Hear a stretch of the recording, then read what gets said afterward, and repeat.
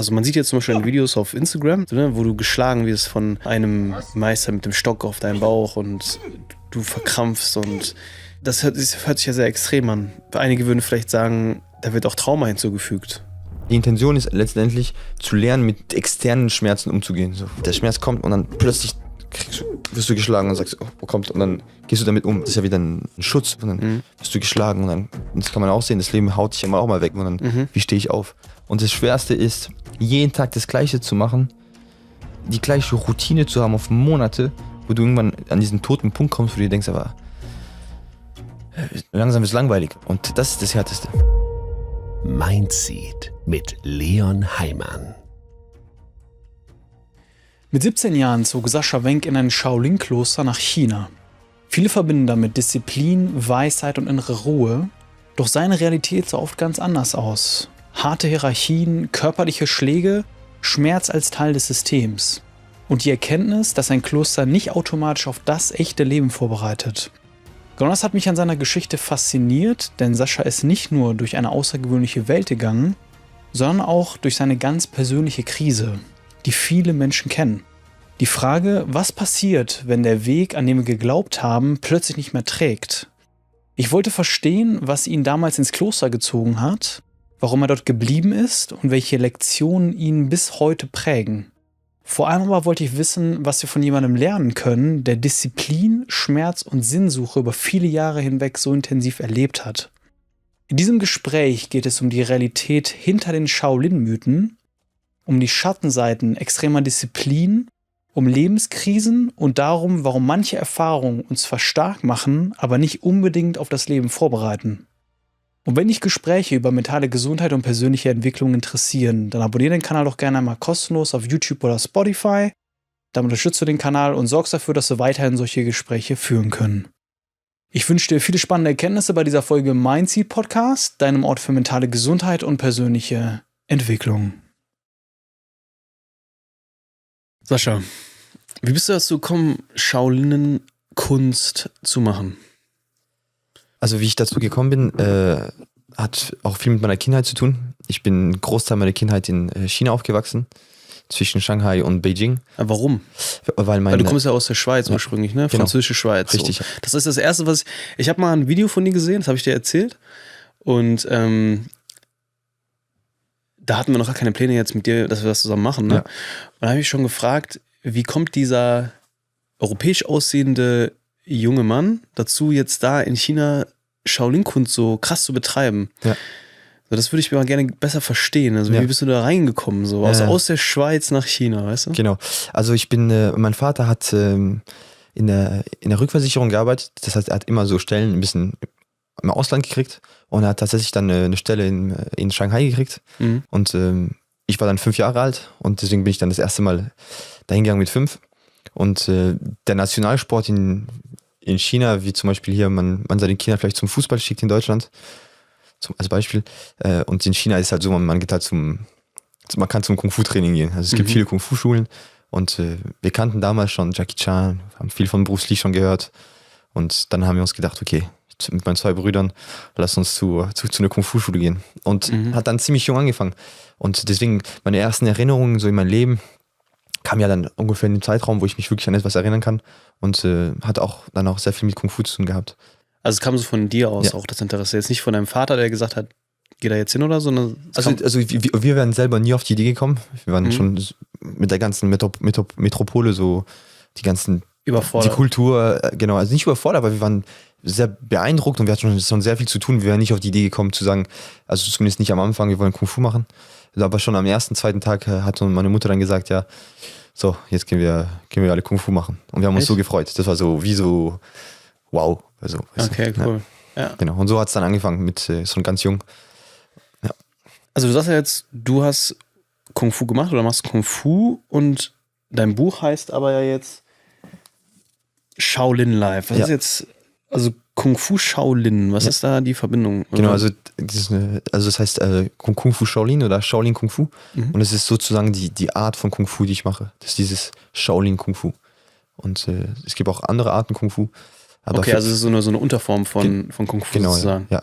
Okay. Und für mich Shaolin ist, Kung-Fu Shaolin, das ist so ein bisschen so für mich, ja, jeder wird da was anderes sagen, aber so für mich das die beste Kung Fu, die beste Art und Weise Kung Fu zu trainieren, für mich, ja. Und was ist das? Was genau bedeutet das für dich? Es ist ja mehr als jetzt eine Kampfsportart, ne? Ja.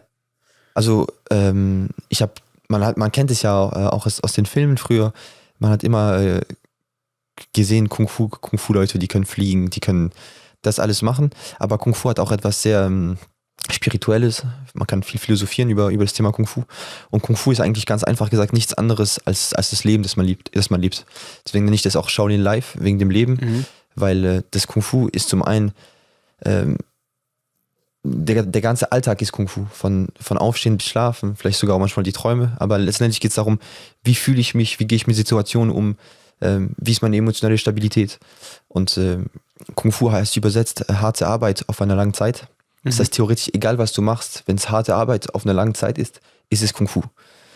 Kann dich zum Beispiel als Beispiel nehmen, du machst schon jetzt 3 Jahre Podcasts, hast schon so viele Leute hier gehabt, und das ist ja auch Kung Fu.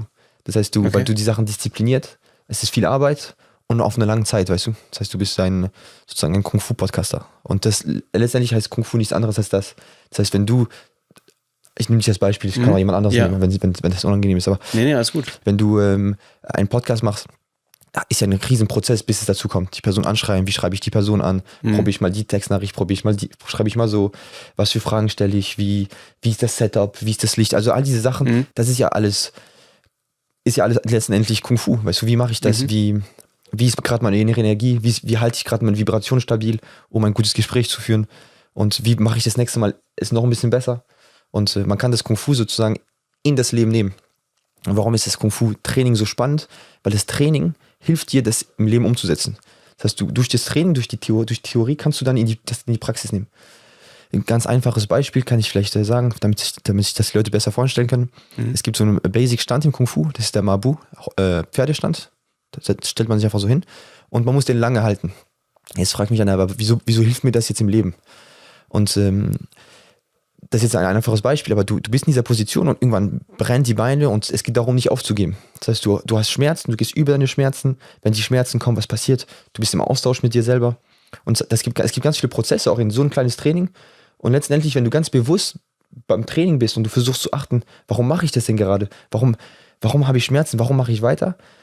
Und du dann realisierst, im Leben habe ich Schmerzen, ich will aufgeben, aber nein, ich gebe nicht auf, weil ich habe das Kung Fu. Und das ist das so Spannende beim Kung Fu. Deswegen zum einen ist es das Leben und zum anderen das Training.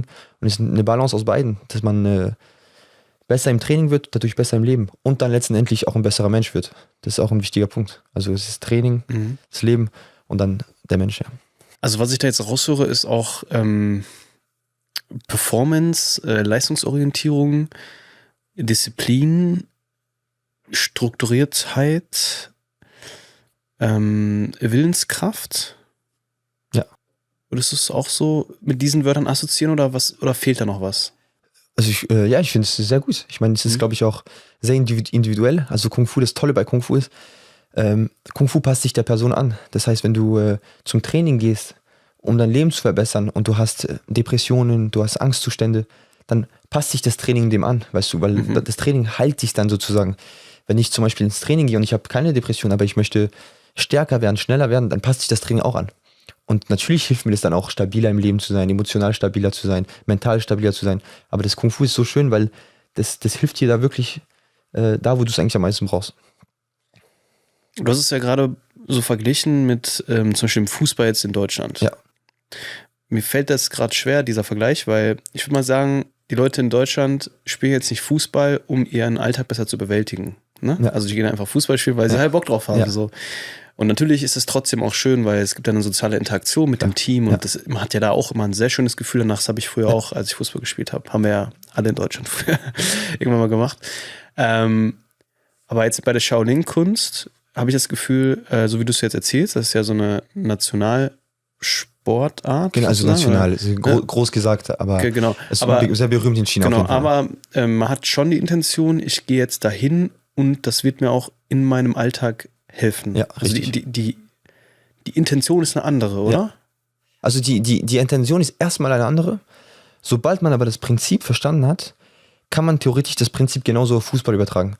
Das heißt, das klingt jetzt erstmal so ein bisschen so abstrakt, so, was meint er jetzt, aber du kannst theoretisch auch, also du musst nicht in einen Tempel in China gehen, dir die Haare rasieren und irgendwelche Sachen machen, sondern du kannst auch, meiner Meinung nach, auch zum Fußballtraining gehen und dort auch dein Kung Fu und das Training auch in deinen Alltag nehmen, weißt du? Ich rede sehr viel von diesem Qi, weißt du, von diesem Körperflow, von dieser Lebensenergie, die, wenn du stirbst, hast du diese nicht mehr und man will sie ja auferhalten und man kann diese trainieren, dass man mehr Energie hat, dass man mehr im Fokus ist und das kriegst du durch Sport und zum Beispiel dieses Fußballtraining, wenn wir jetzt auf Fußball bleiben oder Badminton oder was es alles gibt, Handball, Schwimmen, man kann das ist ja alles ein Training, zum Beispiel ich gehe schwimmen, ich sag mir, ich schwimme 40 Bahnen und nach 30 sagt mein Kopf, ja komm, du bist 30 geschwommen, geh raus. Und dann sage ich, nee, komm, ich mache nicht 40, sondern ich mache 41. Und das kannst du ja 1:1 auch ins Leben übernehmen, weißt du. Zum Beispiel, du bist in der Schule, du machst deine Hausaufgaben und dann siehst du deinen Laptop und du bist eigentlich nicht fertig, dann gehst du zum Laptop und zockst irgendwas. Aber du kannst dir dann genauso sagen, ich mache weiter. Und das ist ja dann auch Training, aber deswegen ist es so eine Mischung aus Training im Training und Training im Alltag letztendlich. Und das ist ein bisschen diese Mischung aus beiden. Und man kann das überall herkriegen. Auch wenn du zum Beispiel ins Studio gehst, keine Ahnung, ins McFit, da kannst du auch viele Sachen vom Training in deinen Alltag nehmen. Genau. Und das ist meine Message von Kung Fu, so wie ich Kung Fu verstehe. Das ist auch wichtig zu sagen. Und jemand würde was anderes sagen, aber für mich Kung Fu ist wirklich etwas, das da ist, eine total neutrale Energie. Und wer auch immer will, kann dieses Mindset nehmen, dieses Kung Fu Mindset und das in seinen Alltag nehmen. Und das finde ich halt sehr spannend. Ja. Endlich ist es soweit. Ich gehe mit Mindseed auf Live-Podcast-Tour. Dieses Jahr wage ich den Schritt aus dem gewohnten Studio direkt zu euch auf die Bühne. Ich freue mich riesig drauf, dieses Herzensprojekt gemeinsam mit wunderbaren Gästen wie Dr. Jan-Uwe Rogge, Verena König, Dr. Britta Papay und Lutz Ulrich Besser live zu moderieren. Ihr werdet als Community fester Bestandteil der Show. Ihr könnt euch aktiv am Gespräch beteiligen und wenn ihr mögt, sogar selbst zu uns auf die Bühne kommen. Euch erwartet also kein klassischer Frontalauftritt, sondern ein gemeinsames Erlebnis auf Augenhöhe mit Raum für echten Austausch, auch über die Show hinaus. Ich kann es kaum erwarten, euch persönlich in Berlin, Hamburg, Stuttgart und Düsseldorf zu sehen. Ihr sichert euch eure Plätze, den Link zu den günstigsten Tickets findet ihr direkt in den Shownotes oder auf meinen Social-Media-Kanälen. Ich freue mich auf euch. Du hast jetzt gerade von dem Qi gesprochen. Ja. Was genau ist das? Was für eine Bedeutung hat das im Kung Fu? Ja, also das Qi ist für mich das, was mich am meisten berührt und getroffen hat im Kung Fu. Das ist auch das, was mich nie zum Aufgeben gebracht hat. Weil als ich das erste Mal das Qi gesehen habe, vielleicht kann ich ja damit anfangen, ich bin ja dann nach China letztendlich ausgezogen mit 17, 18 und ich habe mir natürlich viele Fragen gestellt. Ja, meine Freunde machen jetzt Abi fertig, meine Freunde sind mit der Ausbildung bald fertig und dann studieren die. Und ich hatte ja als festen Plan, 5 Jahre nach China zu gehen. Und mein erster Kontakt mit Qi, der war eigentlich schon sehr jung, aber schon mit 5, als ich da trainiert habe. Aber das erste Mal, wo ich wirklich, wirklich gesagt habe, okay, das ist Qi und ich kann wirklich das Qi so benennen, war, als ich bei einer Kung-Fu-Show eingeladen wurde. Und da sind die ganzen Chinesen auf die Bühne gegangen. Dann diese traditionelle chinesische Musik. Vielleicht hat das was mit meiner Kindheit zu tun oder wenn man daran glaubt, aus dem früheren Leben. Ich bin sehr, sehr verbunden zu China und ich fühle mich einfach in China sehr, sehr wohl. Und eben die Musik war da, die Kids sind auf die Bühne gekommen und die haben angefangen, ihre Flips zu machen, die Tiere nachzumachen. Und das war für mich so beeindruckend, dass ich auch heutzutage, wenn ich Kung Fu sehe, gutes Kung Fu, eben in Kombination mit der Musik und so, habe ich immer Tränen, die mir kommen. Aber in dem Moment, als ich das gesehen habe, und ich war ja noch ziemlich jung und ich war gerade dabei, rauszukriegen, ist Kung Fu denn mein Weg? Und dann wurde ich wie von so einem Blitz getroffen. Und dieses Blitz war für mich sozusagen, okay, ich spüre, was die Kinder machen, ich spüre das Qi, aber ich kann es noch nicht so richtig benutzen. Aber das war für mich so wirklich ein unglaubliches Gefühl. Und dieses Gefühl hat mir dann gezeigt, man kann im Leben alles erreichen, wenn man sich die Mittel dazu gibt und nicht aufgibt. Und ich glaube, Qi ist auch wiederum sehr individuell für jeden, aber letztendlich ist Qi nichts anderes als Lebensfreude. Sich über Kleinigkeiten freuen, im Fluss mit dem Leben zu sein, intuitiv mit sich selber zu sein und einfach nach innen zu lächeln, weißt du. Und das hilft auch gegen, kann man jetzt so schwer beweisen, aber das hilft auch gegen Müdigkeit, gegen Krankheiten, gegen alles Mögliche, Depressionen, weil man einfach, zum Beispiel, ich nehme mir das Beispiel, wir haben eine Schülerin, die zur Schule gekommen ist und die chinesischen Lehrer, die Meister, die sind sehr unglaublich. Und sie guckt sie an und er kann sehr schnell hat eine Meinung zu ihr. Nicht positiv, nicht negativ, er hat einfach eine Meinung zu ihr. Weil in China wird sehr wenig beurteilt. Und dann sagt er zu mir einmal, Sascha, was siehst du denn in dieser Person? Dann gucke ich mir gerade die neue Schülerin, die gerade einkommt. Und sie hatte 2 Sachen. Sie hatte 10 Koffer mit ihr. Und das ist mir aufgefallen, aber den Rest nicht. Sie hatte vielleicht gefärbte Haare, aber ich wusste nicht genau, worauf er hinaus will. Und man kann mit dem Tier auch seine Augen trainieren. Also, aber das ist eine lustige Geschichte. Und er hat mir dann gesagt, ja, guck mal auf ihre Schultern. Und sie hat tatsächlich die Schultern so. Und dann sagt er mir, sie hat die Schultern so, weil sie sehr im Alltag gestresst ist. Das heißt, sie hat in den Schultern eine Chi-Blockade. Und ich werde ihr jetzt helfen, in der Zeit, wo sie hier ist, versuchen, die Schultern zu lockern, dass das Chi besser fließt. Und du wirst sehen, das wird einen riesen Impact auf ihr Verhalten haben, auf ihre Gedanken, dadurch, dass sie einfach nur ihre Schultern loslässt und das Chi im Flow ist, weißt du? Und letztendlich war das dann auch so, dass die Person dann gegangen ist und sie ist nicht mehr sie hat 10 Koffer mitgenommen, ist dann aber dann zurückgegangen, ich sage jetzt irgendeine Zahl, aber mit 2 Koffer ist sie dann zurückgegangen. Und dann hat er mir auch nochmal gesagt, guck mal, die ist mit 10 Koffern gekommen und geht mit 2 weg. Was heißt das? Das heißt letztendlich, dass sie 8 Koffer hinter sich gelassen hat. Und das ganze Gewicht, was sie mitgenommen hat, hat sie hinter sich gelassen. Und das Kung-Fu-Training kann das mit einer Person machen. Es kann dich wirklich heilen, es kann dich wirklich zum nächsten Schritt bringen. Und durch kleine Blockaden im Körper kann man schon sehr, sehr viel erreichen. Und ich fand diese Geschichte sehr spannend. Mhm. Also du hast ja gesagt, Chi ist so wie Lebensfreude, ne, übersetzt. Ja. Das heißt, Also es das ist kann immer wichtig zu sagen, das ist immer meine Interpretation von, genau, also okay. Eine andere Person, die Kung Fu macht, würde sagen, Chi gibt's nicht oder Chi ist dies oder jenes. Also es ist wirklich wie nee, das ist genau, ja okay. Also deiner Meinung nach ist Chi so wie Lebensfreude und die kann in verschiedenen Situationen aufkommen, ne? Zum Beispiel bei dir hast dich immer sehr verbunden mit dem Kung Fu gefühlt und dann bei einer Show zum Beispiel hattest du, oder öfter, wenn du auch Leuten beim Kung Fu zuschaust, kommen dir die Tränen und du spürst diese Lebensfreude, dieses Chi. Ja. So. Dann hast du gesagt gerade, dass das Chi sich sozusagen auch im Körper manifestiert. So. Also inwiefern ist das der Fall? Ja, also manifestieren meinst du, dass man das Du spürt? hast ja gerade zum Beispiel gesagt, jetzt kam diese Frau, war sehr gestresst und man hat eigentlich an ihrem Körper gesehen, dass sie sozusagen, sag ich mal, weniger Lebensfreude hat, ne? Dadurch, dass die Schultern hochgezogen waren und so weiter und so fort. Ich meine, es ist offensichtlich, ne, wenn man jemanden sieht, ich denke, man sieht oft den Leuten an, wie lebensfroh ist jetzt eine Person, ne? Wenn jemand super kritisch guckt und so weiter und so fort.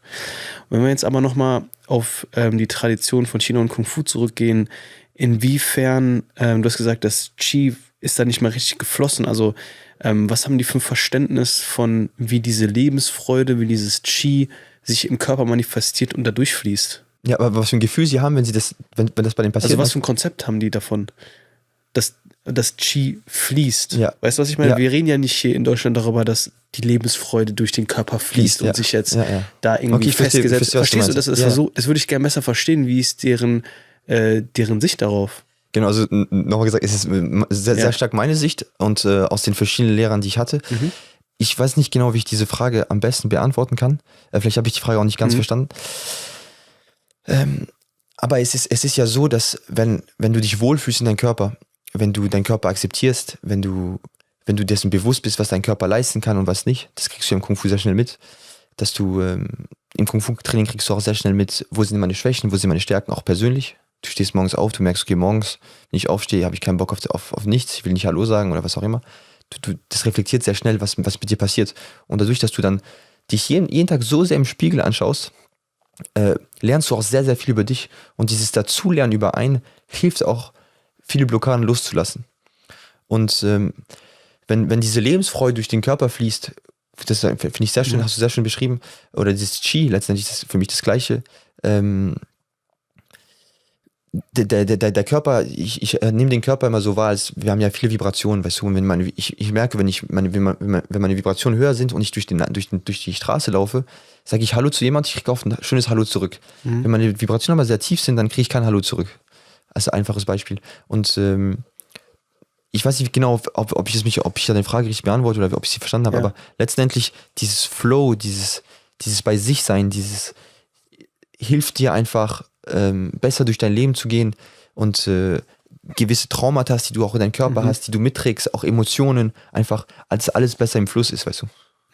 Ich weiß nicht, ob ich deine Frage so beantwortet habe.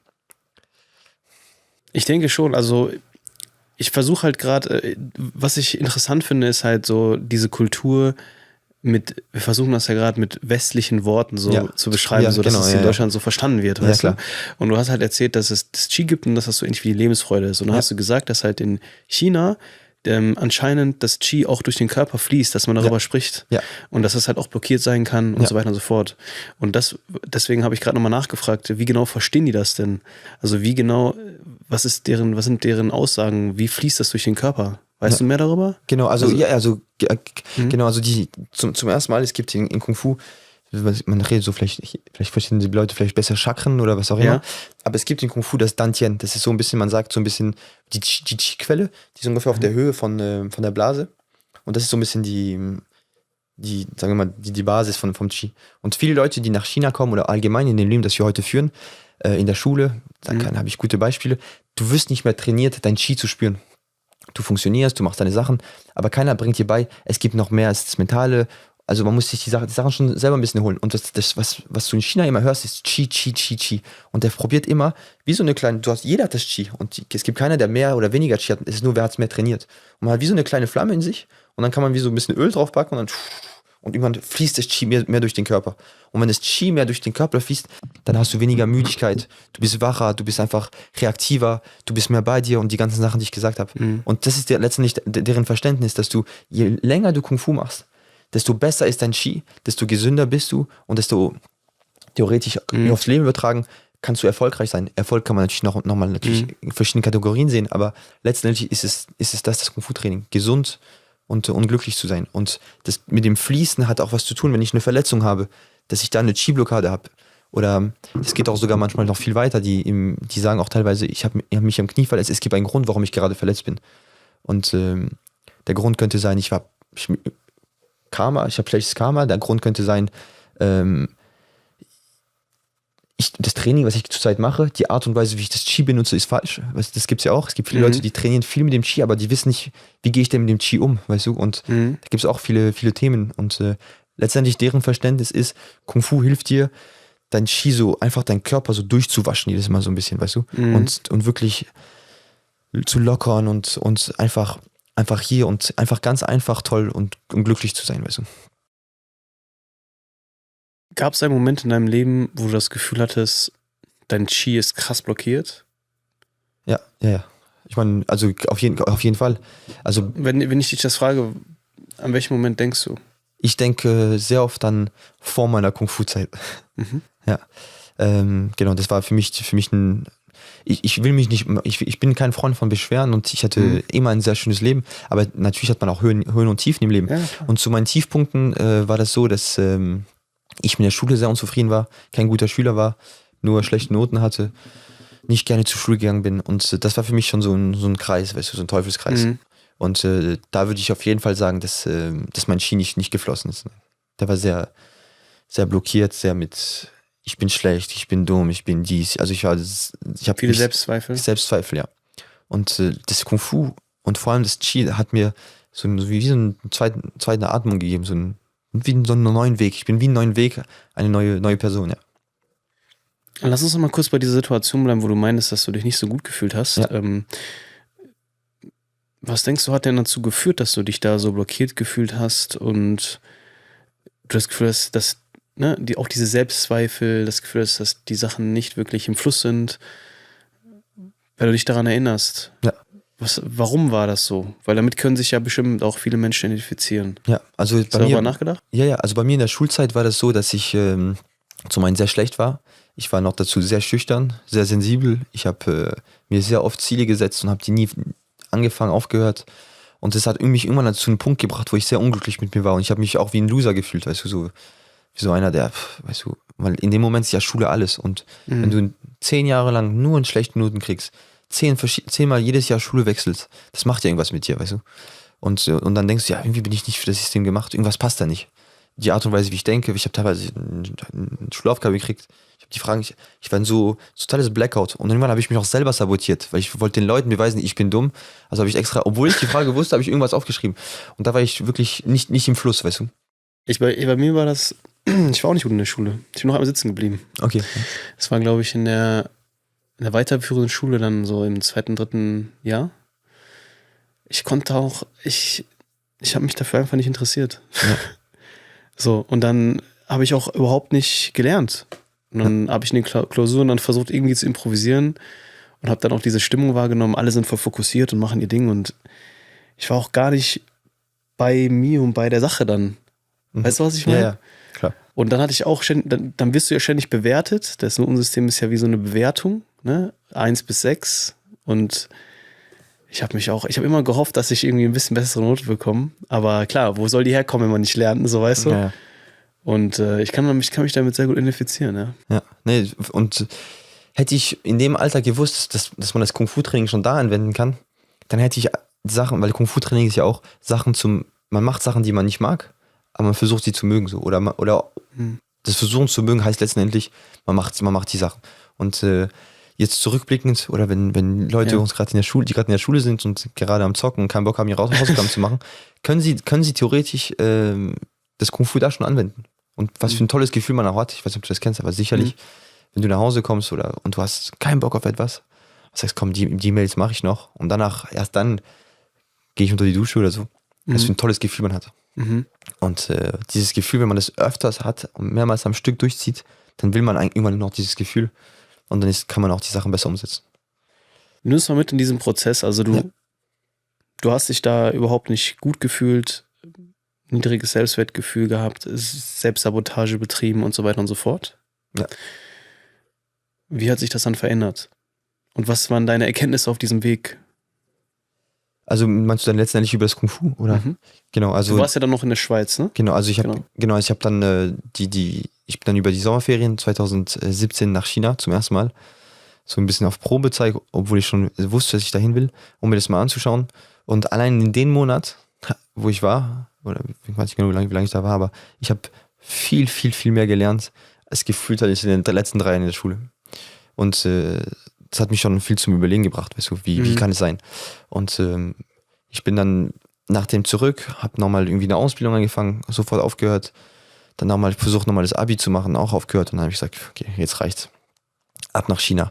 Und was sich stark verändert hat, ist, ich habe es geschafft, also durch das Training, dann, sobald ich die Theorie in die Praxis getan habe, also als die Pandemie dann kam und ich schon ein Stückchen in China war, wo ich dann zurück musste während der Covid-Pandemie, konnte ich plötzlich mein Abitur nachholen. Und ich hatte gar kein Problem mehr, mich hinzusetzen und mich zu strukturieren, zu sagen, okay, ich lerne da, dann mache ich dies, dann mache ich manchmal. Woran lag das? Was ist passiert? Also es ist sehr stark daran gelegen, dass ich einfach in China sehr viel Zeit mit mir verbracht habe und zu dem Entschluss gekommen bin, ich möchte nicht mehr diese alte Person sein. Ich möchte eine Person sein, die sich ein Ziel setzt und dahin kommt. Und ich habe mir versprochen, dann zu meinem 20. Geburtstag, das war 6 oder 7, 8 Monate vor der Pandemie, habe ich mir versprochen, dass ich nie, wenn ich mir ein Ziel setze, dass ich nie wieder aufgebe. Und das habe ich dann auch gemacht. Und dann habe ich mir gedacht, okay, ich mache mein Abi. Ich hatte dann auch Tage, wo ich mir gedacht habe, komm, brauchst du es noch? Ich mach's ja nur für mich. Ja, ich brauch's. Und dann habe ich einfach gemacht. Dann das Gleiche, dann habe ich mir gedacht, was kann ich machen? Dann war ich kurzzeitig in Thailand während der Pandemie, viel trainiert und dann habe ich gedacht, okay, das kann es aber nicht gewesen sein. Ich will mich noch mehr beweisen. Dann bin ich ins Militär gegangen, habe dann die Rekrutenschule gemacht, also in der Schweiz, 4 Monate lang. Und genau da jeden Tag das Kung-Fu-Training angewendet. Ich wollte der beste Soldat werden. Ich habe es auch geschafft. Ich war sehr, sehr gut. Ich habe dann lustigerweise dann von meiner Sektion die beste Note gekriegt. Und im Militär habe ich dann so ein bisschen als Revanche zur Schule gesehen. Also Schule in schwerer, so, weißt du, so. Auch ein Chef, der spricht nicht mit dir, der schreit dich an und du musst noch früher aufstehen und dein Bett muss mit dem Lineal gemacht werden, so ungefähr. Und das habe ich dann aber auch sehr gut hingekriegt. Dann habe ich mir gedacht, okay, ich will mich noch mehr beweisen. Dann habe ich die Unteroffizierschule gemacht. Plötzlich noch mehr. Aber was ich nicht verstehe, Sascha, woher kam dieser Drive? Das zu machen? Genau, also der Drive, das kann ich eigentlich, der Drive kam eigentlich daher, dass ich dann mit 15, 16, bevor ich mit dieser ganzen Reise angefangen habe, dass ich in der U-Bahn saß und mir schon viele Fragen gestellt habe. Und dann kam ein Moment, den ich eigentlich nie jemand erzählt habe, bis jetzt das erste Mal eigentlich in das Buch. Und zwar, die U-Bahn war leer und ich bin gerade zu meiner Oma gefahren, ich kann mich noch genau erinnern an den Tag. Und es war ein schwieriger Moment für mich, weil, du musst dir vorstellen, ich saß so in der U-Bahn und ich war irgendwie am Ablenken wieder mit irgendwie auf mein Handy oder so. Und es war wie, als hätte mir jemand so hart in den Bauch gehauen, war aber niemand da, dass ich plötzlich keine Luft mehr gekriegt habe. Und das war für mich ein Warnsignal. Und in dem Moment habe ich mich so gefühlt und ich habe wie so eine Stresskugel im Bauch gehabt, so eine richtig tiefe, so eine Kugel. Und sie hat mich so gepackt, ich konnte kaum atmen. Und ich habe diese Kugel jahrelang behalten, bis ich gelernt habe, mit der umzugehen. Und letztendlich, was ich heute über diese Kugel sagen kann, ist, weil ich habe sehr viel Zeit eben in mir geschaut, warum ist diese Kugel gekommen. Und diese Kugel hat mich dann gezwungen, mich mit mir auseinanderzusetzen, weil ich mit diesem Gefühl nicht mehr leben konnte von, was passiert denn da? So eine kontinuierliche Stresskugel in meinem Bauch. Und ich habe dann stundenlang auf der Couch gesessen und probiert, das zu lockern, auch Übungen gemacht, um die Kugel zu nehmen und sie wegzuschmeißen. Also ich hatte keine Ahnung, was ich damit machen soll. Das klingt total verrückt. Letztendlich, wie ich diese Kugel jetzt verstanden habe, ist, dass diese Kugel für mich ein Kompass war. Weißt du, wieso? Ich beschreibe das gerne wie ein Jack Sparrow, weißt du, der hat seinen Kompass und er sagt, wo er am meisten hingehen will, weißt du. Und was er am meisten will, da führt ihn der Kompass hin und jeder bringt sich woanders hin. Und für mich war das mein Kompass und sobald ich was gemacht habe, was nicht in die richtige Richtung gegangen ist, so verrückt das jetzt klingt, hat sich mein Bauch zusammengezogen. Und sobald ich etwas gemacht habe, was in die richtige Richtung ging, also letztendlich zum Kung Fu, ging es mir wieder besser. Und ich habe dann nur noch körperlich, ich habe meinen Kopf ausgemacht und einfach nur nach meinem Bauch gehandelt. Okay, was mache ich? Ich habe mir so viele Fragen gestellt. Was kann ich aus meinem Leben machen? Weil du musst dir vorstellen, von 5 bis 10 war ich zwar in China und ich habe Kung Fu gemacht, aber von 10 bis 17 habe ich das normale deutsche Leben geführt mit Fußball, Judo, Turnen, Badminton. Ich habe alles gemacht. Ich hatte sozusagen keinen Kontakt mehr mit Kung Fu. Und diese Stresskugel hat dazu geführt, dass ich mir viele Fragen gestellt habe. Ich habe spirituelle Bücher gelesen. Ich habe mich sehr damit auseinandergesetzt. Was könnte das sein? Und letztendlich habe ich gemerkt, mein Körper will mir was sagen. Und was mir mein Körper sagen wollte, ist, mach was anderes und stell dich deiner größten Angst. Und meine größte Angst war letztendlich, nachdem ich viel überlegt habe und Stufe von 17 auf 5 zurückgegangen bin, war meine größte Angst das, was ich im Kloster gesehen habe. Weil ich war 5 Jahre alt, ich habe die gleichaltrigen Kids vor mir gesehen, auch 5, 6, 7, aber du kannst es gar nicht vergleichen. Also die waren so ahead of mich, also die waren so weit nach vorn, wie sagt man das, die waren viel mehr fortgeschritten als ich. Die hatten so einen Blick, so einen Kung-Fu-Blick, so einen Chi-Blick, so einen Blick voller Fokus. Den hat nichts gejuckt. Die stehen jeden Tag früh auf, werden teilweise geschlagen, sehen ihre Eltern jedes Jahr nicht, einmal pro Jahr, also das ganze Jahr über sehen sie ihre Eltern nicht, schlafen in 40-Mann-Bett, essen irgendwas und trotzdem sind sie jeden Tag am trainieren und die sind solche Maschinen. Und ich kann mich erinnern, dass ich als 5-Jähriger sehr schwer damit umgehen konnte und da ja diese Angst sozusagen in mir auch peu à peu dann so gestiegen hat und dadurch konnte ich mich dann auch, als ich wirklich dann nach diesem Schlag, habe ich dann wirklich überlegt, wie kommt es? Und dann bin ich auf diesen Moment gekommen und mir gedacht, okay, ich habe in dem Moment so viel Charme gespürt, aber gleichzeitig so viel Inspiration, da muss was sein. Und dann, als ich wusste, okay, ich muss nach China, ich muss Kung Fu machen, ich bin so aufgestanden von der Couch und bin zu meiner Mutter gerannt und gesagt, okay, Mama, ich weiß, was ich machen will. Und dann habe ich das einfach durchgezogen. Also diese Situation in der Bahn war noch in der Schweiz? Das war tatsächlich in München in der U-Bahn. Okay. Ja, in der U6 Richtung und dann wurde dir klar, dass du das machen musst sozusagen? In dem Moment noch nicht. In dem Moment wurde mir klar, ich muss aufhören, mich abzulenken und ich muss mich fokussieren. Und ich habe das dann ganz schnell gemacht. Ich habe auf den Bus gewartet. Ich habe gesehen, okay, ich muss 20 Minuten auf den Bus gewartet. Was ich früher gemacht habe, ich habe mein Handy rausgeholt oder irgendwas gemacht, abgelenkt zum Rewe. Und der Unterschied war dann, dass ich mich einfach hingesetzt habe und einfach vielleicht nicht mal die Augen zugemacht habe, aber einfach Zeit mit mir verbracht habe. Und es hat mir so viel gegeben. Und raus in die Natur, keine Kopfhörer, einfach nur mit mir und so ein bisschen träumerisch, ein bisschen die Emotionen. Weißt du, wenn du so Milch kochst und legst einen Deckel drauf oder was, oder wenn du was, und dann macht, weißt du, und da passiert ja was in dir, weißt du. Ja. Und dann machst du auf, auch wenn es erstmal überschwimmt, aber wenigstens weißt du, was da ist, weißt du. Und ich habe wirklich dieses Kochen gespürt und ich musste da. Aber was hast du denn da unterdrückt? Was denkst du, also das kommt ja alles irgendwo her, ne? Es wird ja auch Leute geben oder Schüler geben.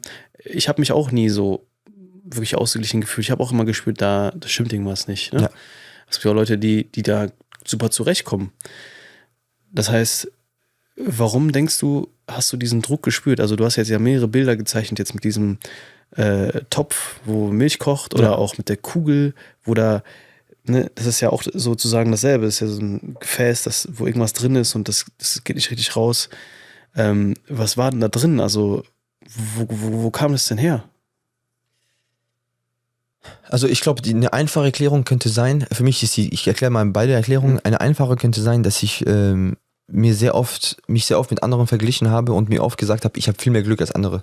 Vor allem, als ich in China aufgewachsen bin, das war noch China vor 20 Jahren, Shanghai vor 20 Jahren, wir haben genau neben so eine Straße gelebt, wo es viele Leute gab, die auf der Straße waren. Und ich habe das nie so verstanden und ich habe mich immer schlecht gefühlt, dass es mir besser geht. Und ich glaube, das war eins der Gründe auch, wo ich mir gedacht habe, ich habe so viel und mache nichts draus. Und es gibt Leute, die haben gar nichts und machen so viel draus. Und wie kann ich, obwohl ich so viel habe, auch was draus machen? Das war, glaube ich, einer der starken Gedanken. Und ein anderer Gedanke auch könnte sein, und das ist etwas, woran ich glaube, dass jeder Mensch auf diese Welt kommt und jeder Mensch hat eine Mission, weißt du? Und diese Mission nachzugehen, diese Destiny, die man hat, nachzugehen, wie findet man die denn raus, weißt du?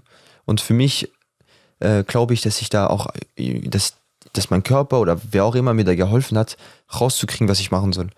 Und ich kann nicht genau sagen, wie das passiert ist. Ich glaube einfach, vielleicht war das ich weiß nicht, ob man das so sagen kann, aber vielleicht war das so ein bisschen die Mission, die ich hatte, Kung Fu zu machen, um mich selber als Seele besser kennenzulernen und weiter voranzukommen. Und ich glaube, wäre ich weiter in diesem System geblieben, wo ich nicht zu mir finde, dann hätte etwas nicht gestimmt. Und mein Körper hat mir, glaube ich, wirklich ein Alarmsignal gegeben. Ich sage, okay, jetzt ist Schluss. Sonst machst du es halt irgendwann nicht mehr, weißt du. Und ich habe halt, was ich halt gemacht habe, ich habe nicht gesagt, okay, das ist passiert, das ist mir egal, sondern es hat mich so beschäftigt, dass ich letztendlich auch zur Entscheidung gekommen bin, nach China zu gehen.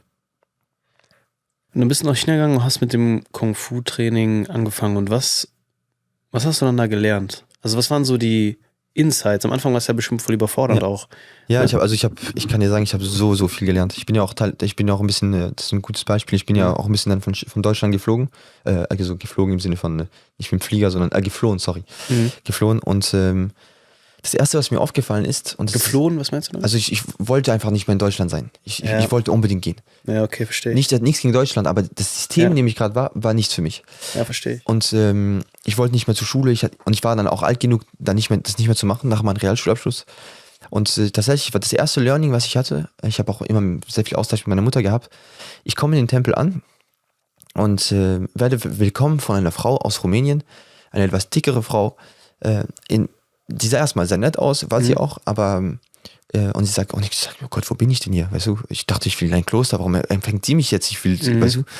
Und sie hat mich dann in ihrem Büro gebracht und ich fange an mit ihr zu sprechen und ich hatte einen Hass, also wirklich einen Hass fast gegen Biologie, Chemielehrer, weil ich konnte mit denen nichts anfangen. Die haben mir teilweise nicht mal die Prüfung schreiben lassen und die haben mir meine 6 gegeben. Und ich hatte vor allem, also gegen diese Art von Lehrern hatte ich immer ein Problem. Und das Erste, was mir diese Frau sagt, ist, weißt du, ich war 20 Jahre lang Biologie- und Chemielehrerin. Und ich denke mir in meinem Kopf, ich reise um die ganze Welt, um was Neues zu machen. Aber das Leben holt dich ja ein. Und es ist etwas sehr Spannendes. Das klingt total dumm, aber für mich hat das eine sehr starke Tiefe. Und zwar, wenn du depressiv in Deutschland bist und dir denkst, okay, ich mache ein Auslandsjahr und ich fliege nach Australien, nach Thailand und mache Muay Thai oder ein Walk and Travel in Australien, was auch immer. Die Person, die von Deutschland losfliegt und in Thailand landet, ist ja genau die gleiche Person. Und man denkt ja oft, ich reise und dann geht es mir besser, aber das Problem ist ja immer noch da, weißt du? Das ist ja logisch, aber für mich war ich musste erstmal damit klarkommen.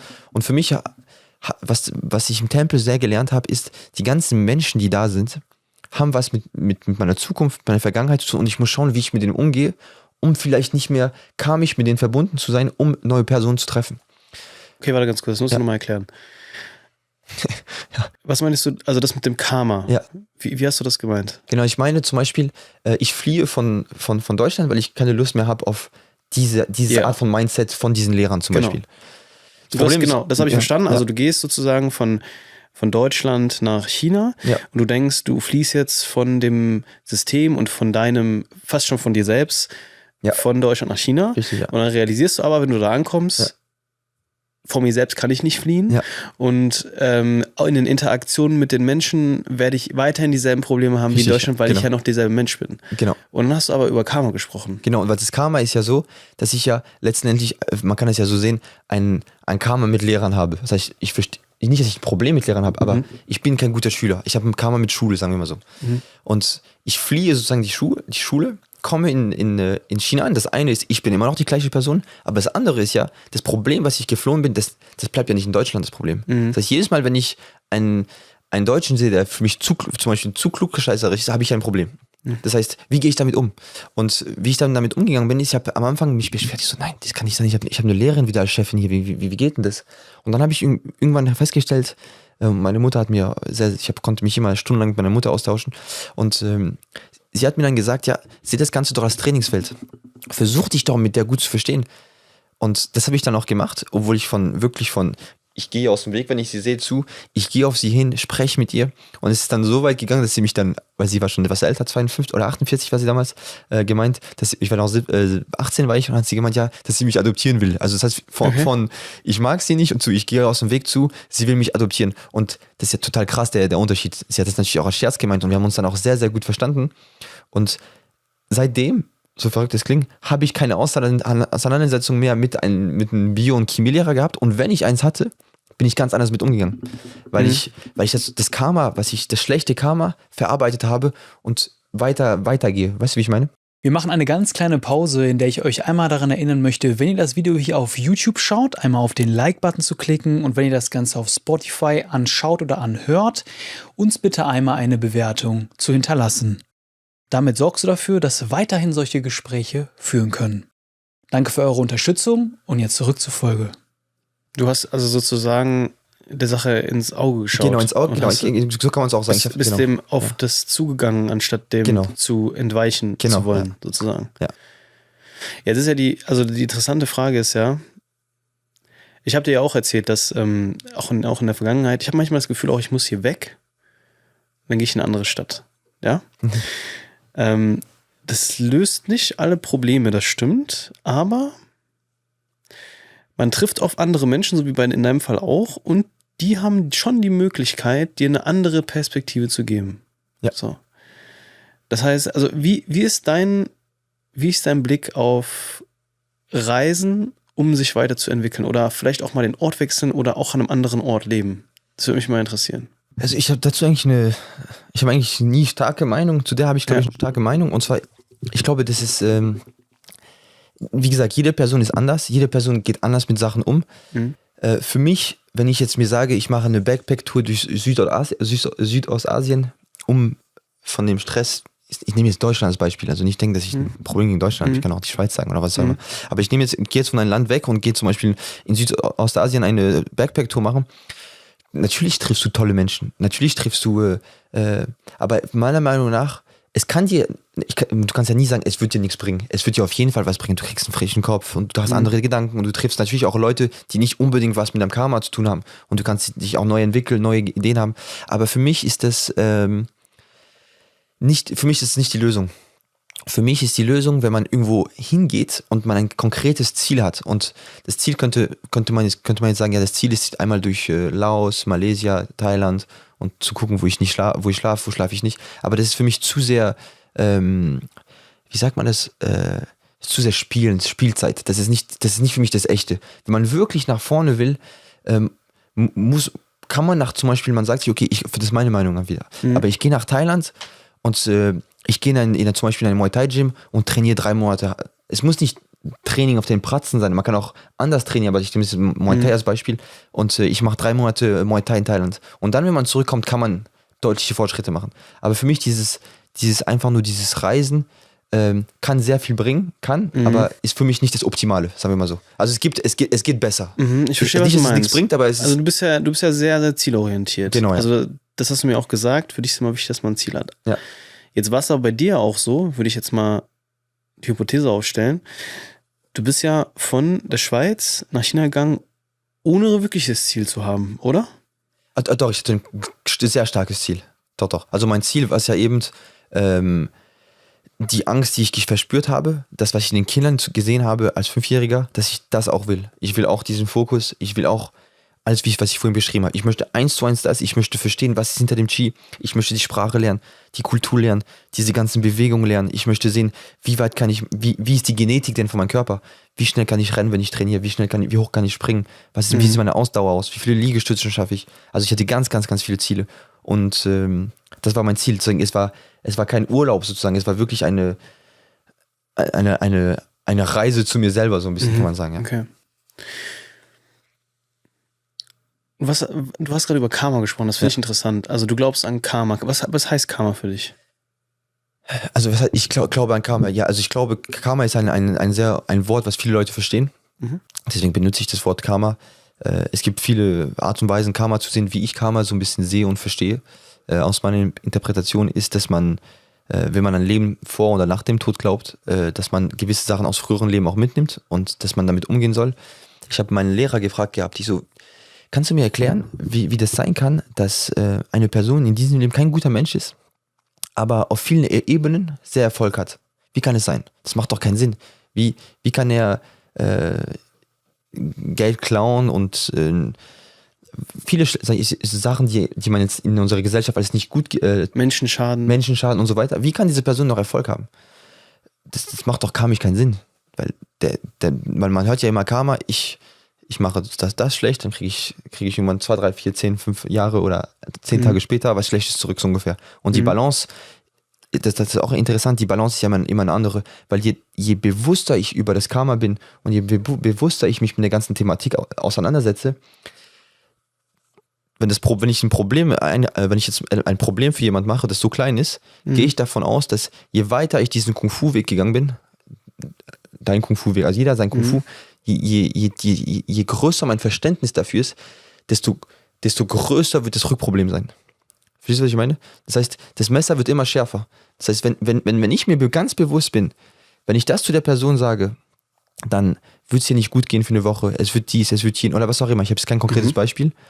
Wenn ich mir aber dessen bewusst bin, dass es dieses Karma gibt, dass es diese Vibration gibt, dass es das Kung-Fu gibt und ich das trotzdem mache, ist die Rückkopplung genau, ist die stärker. doppelt so stark. Das heißt, was du meinst, ist, glaube ich, wenn ich es richtig verstanden habe, wenn ich etwas Schlechtes tue, ja, schlecht definieren wir jetzt einfach mal als destruktiv. Wenn ich etwas tue, was offensichtlich destruktiv ist gegenüber einer anderen Person, einer Gesellschaft oder ähnliches. Ja.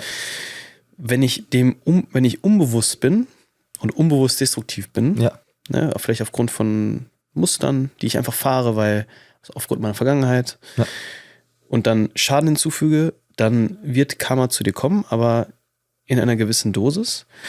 Und wenn ich aber destruktiv handle und mir dessen auch noch bewusst bin, dann wird das Karma umso stärker sein. Genau, das ist, was du meintest. Das ist genau, was ich meine, genau. Und jetzt nochmal kurz zu dem Beispiel, zurück zu der Person, die sehr viel Erfolg hat.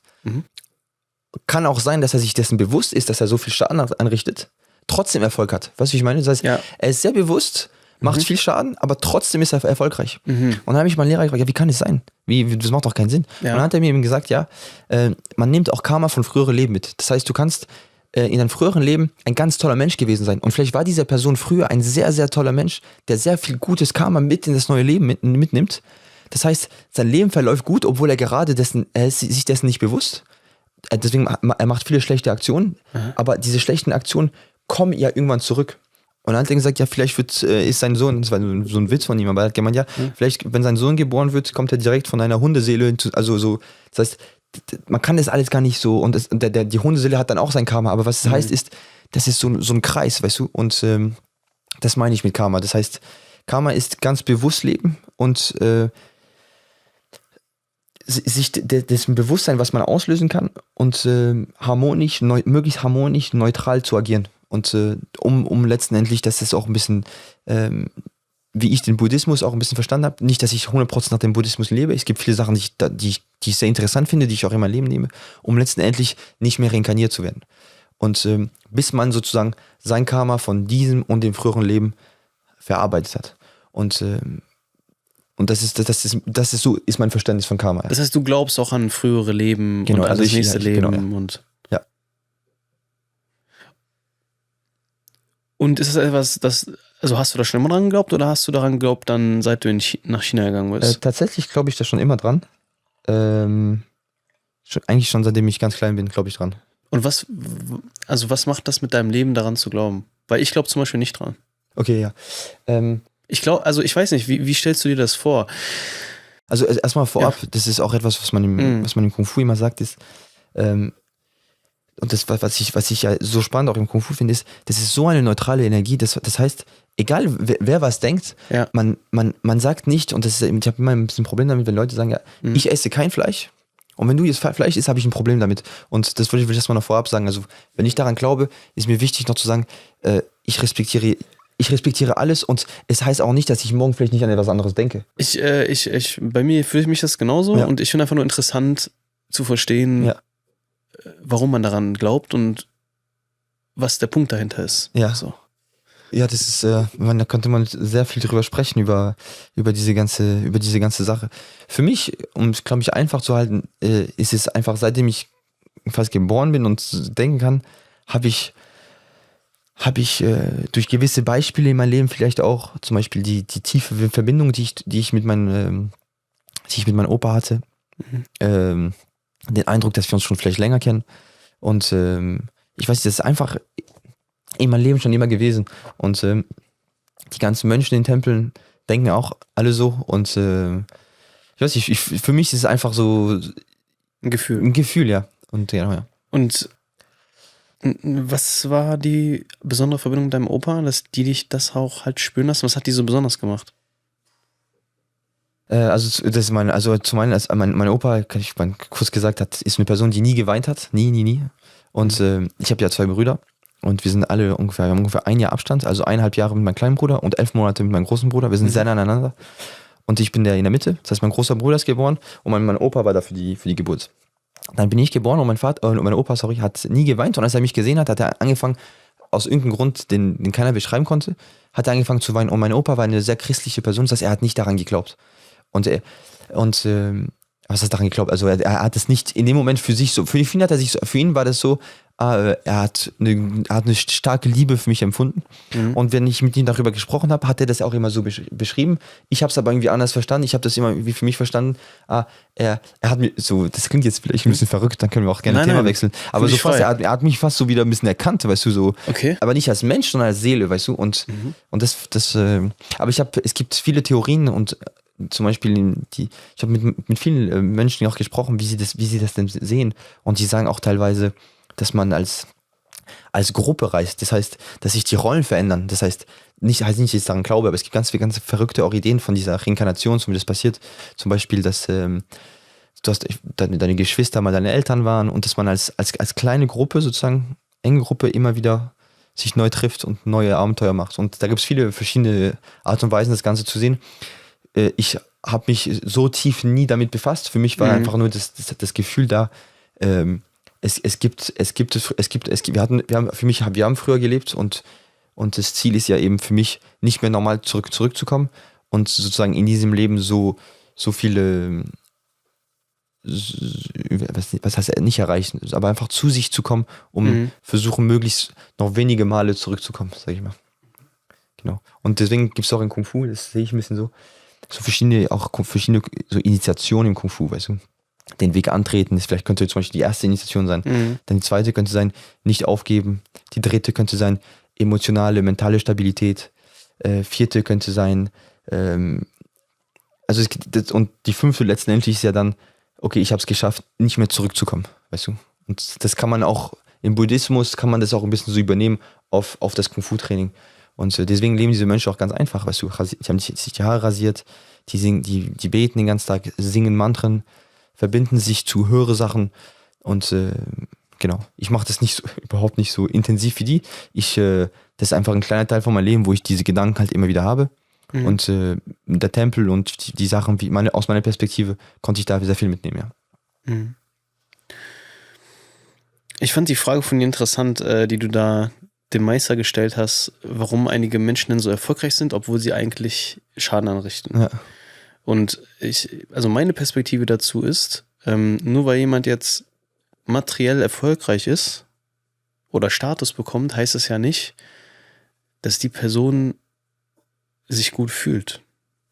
Weißt du, was ich meine? Ah, klar, sowieso. Also ich glaube, das ist dann schon das Karma. Also die Person, ich glaube, wenn du was Schlechtes tust, was Destruktives und du bist dir dessen bewusst, dann würde ich das verfolgen. Würde ich jetzt mal behaupten. Das würde ich dann ja verfolgen. Ja. Du kannst dich zwar davon abkapseln, du kannst dich auch von deinen Gefühlen abkapseln, ne? Und nicht mehr auf deinen Bauch hören, auf dein Herz hören, immer nur im Kopf sein zum Beispiel. Und dann hast du es so ein bisschen betäubt, aber das wird ja trotzdem nicht du wirst dich ja nicht wirklich gut anfühlen. Ja. Also du wirst dich ja auch nicht erfüllt anfühlen oder verbunden fühlen. Ja. Wie sollst du dich verbunden fühlen mit anderen Menschen, wenn du denen schadest? Geht ja gar nicht. Geht gar nicht, ja. Das heißt, dass du wirst automatisch in so einem Mangel sein und auch in einem Gefühl von, also du wirst dich auch gar nicht integer fühlen. Ne? Also ich bin voll, So, ich bin und voll bei dir. deswegen ist so mein Gedanke dazu, ne? Das ist jetzt meine Meinung. Karma passiert fast schon automatisch. Und das muss ja nicht offensichtlich sein, weil wenn man jetzt sagt, okay, die Person handelt destruktiv, warum hat die jetzt trotzdem viel Geld oder so? Dann sieht man, glaube ich, nur die Oberfläche. Und die Person wird sich aber nicht, also es geht für mich persönlich, Karma hat ja viel damit zu tun, wie fühlst du dich im Leben und wie lebst du dein Leben. Ja. Ja. So dieses Oberflächliche ist eher so sekundär, ist das, was man jetzt als Außenstehender sieht. Aber ich glaube, was wirklich, wirklich, wirklich wichtig ist, darüber haben wir ja gerade auch gesprochen, ne? Wenn man dich sieht, okay, man sieht auch, ne? Erfolgreicher junger Mann, viele Follower, hat sein Business aufgebaut, macht krassen Kung Fu und so weiter und so fort. Aber wie du dich fühlst, weißt nur du selbst. Und das ist aber eigentlich das, was du tagtäglich in jeder Sekunde erlebst, das ist deine Realität. Ja. Und ich glaube, da spielt für mich das Karma rein. Ja, aber ich bin total bei dir. Also das sehe ich genauso. Genau, wie ich es gemeint habe, ist zum einen so, aber zum anderen könnte die andere Variante sein, ich habe gutes Karma im früheren Leben gehabt und nehme das sozusagen in mein Leben jetzt mit. Und ich kann auch ein glückliches Leben erstmal führen und diese ganzen Gedanken nicht haben, bis irgendwas passiert plötzlich, weißt du. Aber bis zu diesem Zeitpunkt könnte ein Unfall sein, könnte ein Kind kommen, das vielleicht so und so ist, eine Frau sein, die Probleme, also was auch immer, aber man kann ja trotzdem theoretisch, also ich meine, aber ich bin voll bei dir, aber ein Stück weit noch ohne das schlechte Karma von den jetzigen Aktionen kriegen, weißt du. Du meinst, es könnte einfach in der Zukunft noch kommen. Ja, genau, das war das Einzige, was ich gemeint habe, aber sonst Okay, verstehe. bin ich voll bei dir, natürlich. Verstehe, was du meinst. Klar, Ja. Ich würde jetzt gerne noch mal ein bisschen mehr über so diese Praktiken verstehen, die da im Kung Fu gelehrt werden. Also man sieht jetzt zum Beispiel in Videos auf Instagram, ne? Ja. Für die Saschas Instagram nicht kennen, haben wir hier verlinkt in der Beschreibung. Und da sieht man, auch bevor ich dich jetzt kennengelernt habe, habe ich da so Videos gesehen und dachte mir so, krass, warum macht der das? Also, ne? Wo du geschlagen wirst von einem Meister mit dem Stock auf deinem Bauch und du verkrampfst und also das hört sich ja sehr extrem an. Einige würden vielleicht sagen, da wird auch Trauma hinzugefügt. Ne? Also wie ist dein Blick darauf? Was sind das für Praktiken, die man da initiiert?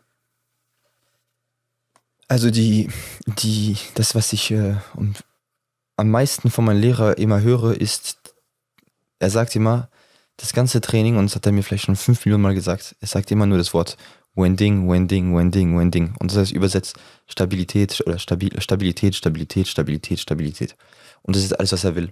Und wenn du Kung Fu machst, geht es letztlich auch darum, sehr stabil in den Ständen zu sein, sehr stabil im Herzen, im Kopf, im Bauch, sehr, sehr stabil zu sein. Und zum Beispiel dieses Stocktraining ist eine Art Training, das dich dazu bringen kann, eben diese Stabilität auf diesen ganzen Ebenen zu haben. Heißt aber nicht, dass man es machen muss. Ich als junger Kerl habe es vom Blickwinkel gesehen, okay, der macht das mit den Jungs da hinten. Und dann bin ich gleich hingegangen und sage, ja, was macht ihr hier? Ich müsste das auch probieren, weißt du. Also ja, komm her.